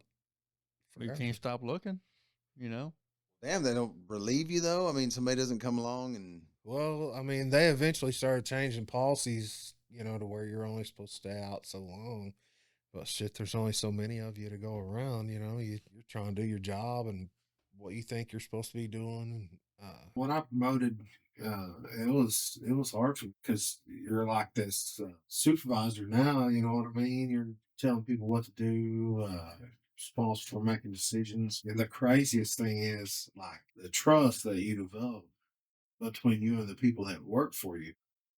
You're like this figurehead to them, you know what I mean? And I can remember feeling the same way about the people that I worked for. We were young and, you're experiencing all this stuff. You don't have nobody to talk to because your wife doesn't understand or your girlfriend doesn't understand or you don't have one or whatever, So the only person you got left to talk to is your boss, the people you work with. And you'd have people just like come into your office and close the door and just tell you things like, God damn, man, I don't want no office shit. That's your job. You know what I mean? You're not just telling these people what to do. You're helping raise them. Yeah. Fun shit out about people. You're just like, oh, crap, man. I wish I could tell somebody, but I can't. Fix it to happen soon, probably. But I don't want to be a manager at all. I don't want to do any of that anymore. I enjoy part of it. I enjoyed helping people. I really tried hard to show them the right way and what I believe was right. Try to teach them different ways to deal with people, that I learned over the years. Because what you find out is most of the time, you've already seen it. Oh, yeah. You've heard about it. And the weird ones are the ones you've heard about that's never happened to you. But then when it happens, you're like, well, I've heard about this, so I know how to deal with it. But it's really fucking weird. That it's real. It's a story. Yeah. Yeah. It's really fucking weird. Yeah. It's hard. There's a lot of stuff, man. It's hard to deal with. And, you know, dealing with working with people you don't like, all that other stuff, man. Try to find the right relationships in the, you know, people, because people that ain't pissed off about the person they're working have a tendency to do a lot better. Yeah. You know, not working with that person. Well, it took me a long time as a supervisor to quit doing shit myself. Oh, yeah. Because I'm like, the only way I know this is getting done right is if I go do it. Yeah. If only I was like, God damn, I'm tired of running myself around. These Thanks. people work for me. Right. I'm tired of doing it for them. Yeah. Well, hey, you need to go do this. And if it don't get done, you know, you got to let them know. And it was hard for some of them. Some of them could take it, some of them couldn't. A lot of people responded well to my leadership style. A lot of people took advantage of it, you know, and they're like, I'm just going to keep pushing him until then they would find out, you know, can only go so far. And we have to reevaluate. Well, and that I think that would probably be true with the inmates too. Which, I mean, did you still have quite a bit of interaction with inmates and that kind of thing towards the end of it, or were you more just? I tried to quit. Like the last year that I worked, if I didn't have to deal with the inmate, I was trying to teach other people how to do it. You know, I was trying to train them how to do it. I knew my time was short. Basically, I just quit showing up. So they didn't have no choice, you know what I mean? Things didn't work out exactly the way I was hoping at the end, you know. I had some time that I wanted to spend, some people that I really brought along, you know. I spent a lot of time on. Didn't quite have time, you know, to finish with them. I don't know how to explain it other than that. That they just have to grow on their own. Give them everything you can and let them go. It's like kids, I guess. Yeah. Is there any one inmate at OSP that sticks out? I mean, maybe the meanest dude that you ever come across, or Dude, there was a dude over there that filed his teeth down good gosh, into fucking points. Can you imagine? no, oh my gosh. For one thing, So is he the guy? no. Oh, okay. Impossible it is to get a file in the first place. Yeah. And then the file. And then instead of using it to Oh. like get out of your cell, you're like, hey, I'm gonna turn my teeth into wet.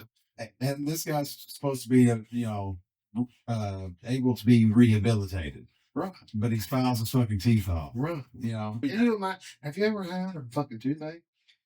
Yeah, dude. It's very painful. The thought of putting a file in my mouth right now Yes. makes my fucking teeth hurt. File down to a point. Couldn't imagine, man.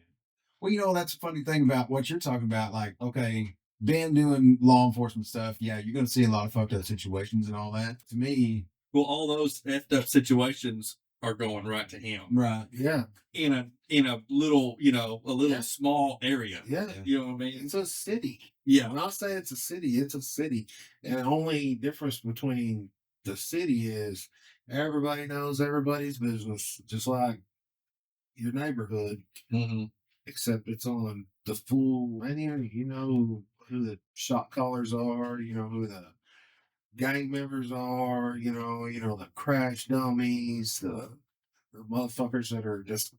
I had a guy when I first transferred to Jackie Brandon. We were working together one night, and he asked me. He said, "Man, you worked at OSP for a long time. You've been at Jackie Brandon for a little while now. Do you honestly believe that people that work at OSP should make more money than people at Jackie Brandon?" And I said, "Yeah, 100% sure. There's to be incentive because it's a lot easier to work at Jackie Brandon and make no mistakes. It's not easy. I've seen a kid get knocked out. I've seen shit happen at Jackie Brandon. People get stabbed. People get beat down. People die at Jackie Brandon. You know, it's usually different circumstances, but it's no place to be. But those people at OSP, man, they've already made it. Yeah. That was their once they got into their life of crime, that's where they were going to end up at. Yeah. And that's where they're at. And that's what they do for the rest of their fucking life, man. Is live in that little city. So everybody knows every fucking thing. I mean, there's no secrets. So we're basically about, I don't know, 4 miles. You live closer to the prison than I do, OSP. I don't know how far. But we're not very far away. Are you saying that I live too close to OSP? No. Okay. I mean, I would never go so far as Remember's dad and say that nobody ever escaped from H unit. You wouldn't say that? On Discovery Channel, then they escaped from H unit. You know, man, and it's not There was a, there really was a documentary they were talking about H unit. really. At OSP? Yeah. And they said that you couldn't escape? Yeah. And then right after that, somebody said, It wasn't long after that. hold my beer and basically Yeah. escape. Well, you know, I don't really. It's not that I don't think about the prison being there, and that I don't think. And we probably As far as living around the prison, Jackie Brennan would be far more what I would worry about than it takes a lot. to get out of there. Like the only escape that I ever worked at Jackie or at OSP was minimum security because I didn't get on CERT till right after those guys run home from H unit. I actually had done my first interview for CERT and not my second. Then those two guys, it was actually 3 guys that escaped. One was caught in the wire, and 2 were eventually captured close, not too far from the house. Now he caught in the wire. He just couldn't get out, huh? Yeah, But he was all cut up, wasn't he? he was fucked up. He was a piece of shit. How did the guy from H units? All 3 of them was from H unit. Oh, They cut their toilets out, pulled their toilets away from the wall, and they got in the plumbing chases. what? And then they worked their way around. Yeah, it was insane. Shawshank shit, but A lot of people not doing their jobs. We got in a lot of trouble over that. The guy that got caught on the wire was throwing rocks at the guy on the H unit tower. Like, hey, I'm bleeding to death out here. Might want to call somebody. damn. And then we sounded the alarm. And we're like, well, this one guy's Damn. like an hour later, like, hey, there might be another guy that's going. And then like 3 out. Okay, yeah, there's 2 other guys. Damn. But I do know of one instance where a dude got fired from a male prison because male inmate sucked him off, Okay. hit it, saved it, and got his ass. Damn. Really? Yeah. Now that's committing it right there. You are trying to get somebody in a fucking bind, and he was that. He just didn't like the guy, I guess. I don't know, man. But that went behind us. I don't know. That wasn't. It passed It wasn't where I worked. It wasn't anywhere where I worked. It was here, right? Mm-mm. Oh, okay. Damn, man. Damn. You know, there's some people in this world I don't like that I really dislike, but not that much. I don't know anybody. I've never known anyone I disliked like that. Me neither. Well, I mean, I don't know what the end game was to it. I don't know what all was involved in it. Yeah. I just know what we talked about it. I was like, I don't understand that. Well, that's what I've always told my boys when they were growing up. I was like, look, man, when they were real little, but when they started getting a little older, I was like, look, anything you can think of in this world, the most horrible, awful, despicable, nastiest, grossest, weirdest thing you can think of is being done right now while we're talking about it. So remember that whenever you go trusting people and you go giving people your back and that kind of thing like that, just remember somewhere out there, the most awful thing you can think of is being practiced by human beings somewhere. Don't forget it. You know, it's important because I get complacent even sometimes. I'm pretty good about situational awareness, but there's times like when I was younger, I never went to bed feeling like completely at rest for a long time, dude. There was most of my life, I would always go to sleep thinking, one fucking eye open. Right. But now that I'm getting older, I guess I'm getting so fucking tired now. And when I go to bed, I'm like, fuck it, the Yorkie will wake me up. Too many dogs will take care of that shit. You know, it's kind of a mentality, man. You know, I'm like, well, man, if somebody comes in here and murders me, then hell, the boys will be all right. And, you know, I don't have to fuck with all this shit anymore. So everybody wins. You It's know? no different than a tornado. You're like, tornado warning. You mean a thunderstorm to sleep through? If it's my time, it's my time, boys. Yeah, that's my mom finally stopped calling me and telling me. Yeah. She woke me up in the middle of the night. You realize there's a tornado watching McAllister? I'm like, Mom, don't wake me up for that. Try to wake me up for that. You know? Yeah. I was actually working at OSP. Working on the I unit, man. That unit that I was talking about is shut down now.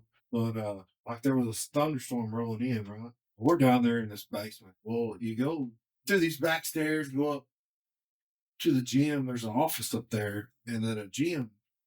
Well, the pop machine was up there. So I'm gonna go to the pop. Yeah, I was working with all right. See. So I go out the back door, starts I mean a bottom drops out. Pissing up over. It's soaking wet. Well, I finally get up there. I go into this office. I'm like, man, it's getting it. I'll walk back there and get me up. I'm looking over at the window. There's water coming in around the window. It's how hard it's storming. There is a vacuum. And I'm like, man, this shit's weird as fuck. So I walk down to walk out of the office. I cannot open the door. And I hear this huge crash. I'm like, oh my God, what's going on? So I run back upstairs and I look, and out over the gym, I can see the sky, and all this water is just pouring in. And I'm like, what the fuck is going on? Well, part of the roof is gone. It's gone off the prison? Off the building that we're in. The gym roof is gone. Damn. Like a quarter of it. And not only did it tear that out, it busted the sprinklers. Oh my God. So I pick up the phone in the office, and I call the captain's office. I'm like, hey, Cap, I'm not real sure how to report what's going on down here. And he's like, what are you talking about? I'm like, the roof's gone on I unit. He's like, what do you mean? Well, the roof's gone. I don't know how to say that. I'm trying to explain it to you, but I don't know how. You know, the roof's gone. And he's like, what do you mean the roof's gone? I'm like, the fucking roof's gone. There's water pouring everywhere. He was like, well, do you know how to shut off sprinkler system? I was like, I probably should, but no, I don't. He's like, well, call downstairs, see if they know. I was like, all right. So I called downstairs, like, hey, son, shut the fucking sprinkler system off. He's like, what are you talking about? It's like, look, man, I ain't got time to talk about it. The roof's gone.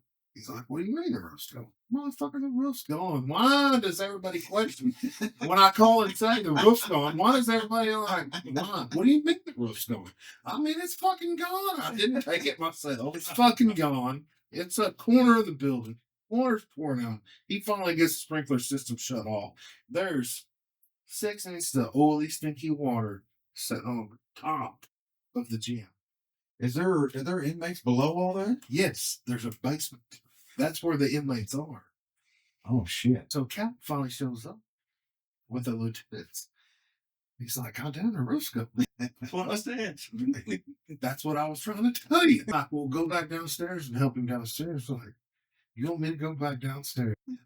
Under 6 inches of water with this old ass building? I think so. He's go fucking downstairs. Simon sent up like 6, 10 inmates. It's like, do I gotta stay down there? A lot of water's up here. He said, go. I was like, all right. I went down. I was like, Simon, take 10 inmates upstairs. I was like, I said, because the fucking roof's gone. He's like, what do you mean the roof's gone? No, my Go fucking upstairs. You gotta find out like everybody else. No, Go no, look at it. I had a first-hand view of it. Nobody fucking believes me. Was this at night or in the daytime? Even, Really? yeah, because I was always on evening. Damn. I bet the inmates were like, what the fuck are we doing? They didn't even have no idea They just did what they was how told. close they come to dying. Straight line winds is what they said. Really? Like 80 to 90 mile an hour. But it damn sure did. It took off a quarter of that building, destroyed the sprinkler system, was killed. I mean, that roof would collapse. They sent me waste down there. Damn. One officer, not me. Until they made me go down there. And that's when I started questioning authority at this state penitentiary. Yeah. Send me down below 6 inches of water. This is bullshit. I'll just give a shout out to all the people that I work for that helped me out along the way. You know, taught me how to do things, taught me how to behave, and helped me make it through a long and difficult career. But they all know who they are, and I appreciate them all, man. And it's a long, hard fight, man. You can't do it by yourself. It takes a strong family. Got to build those bonds, you know, when you're people that you love and support you, and all the people that's ever worked for you, man. Anytime they need anything, they can holler at me, and also know how to get a hold of me. Just let me know, man. I'm there for prison, man. Easy thing to do, especially you do it for a long time. It wears on you over time, and I'm always here for them, man. They need to bounce something off me, just let me know. Do you have people that still call you and stuff that Yeah. work there and just want to just bounce stuff off of you, or just have a guy that knows, Yeah. because Yeah. you've been there, so Yeah. you're gonna understand it Yeah, I'll still get it. or her more than Yeah. anybody else. Oh yeah. Not as much as I wish I did. I wish I know a lot of times those people are looking for something, looking for an answer, man. There ain't always an easy one. You know what I mean? You can always holler at a guy that's been around and done it, man, and we'll figure it out one way or the other. I'll support them, help them out, do whatever I can, as long as they don't need money. Well, that's a pretty cool thing to do, man. That's a very cool thing. Because it would be really easy to step away from that shit and be like, thank God I'm done with that. Hell with the rest of it, and I mean, it'd be even understandable to be that way about it, but it's pretty cool that you're willing to be there for the dudes and to recognize it. You were there once yourself, Yeah. young and starting out, didn't know what to expect, and then on top of everything else that's happened. Well, I mean, I had a lot of people that helped me along the way. I mean, a lot of them are dead and gone now, man. They helped me in the only way they could, whatever they did to help me along the way. I appreciate it, man, and I'll do the same for anybody else if I could, But you gotta holler at me and let me know.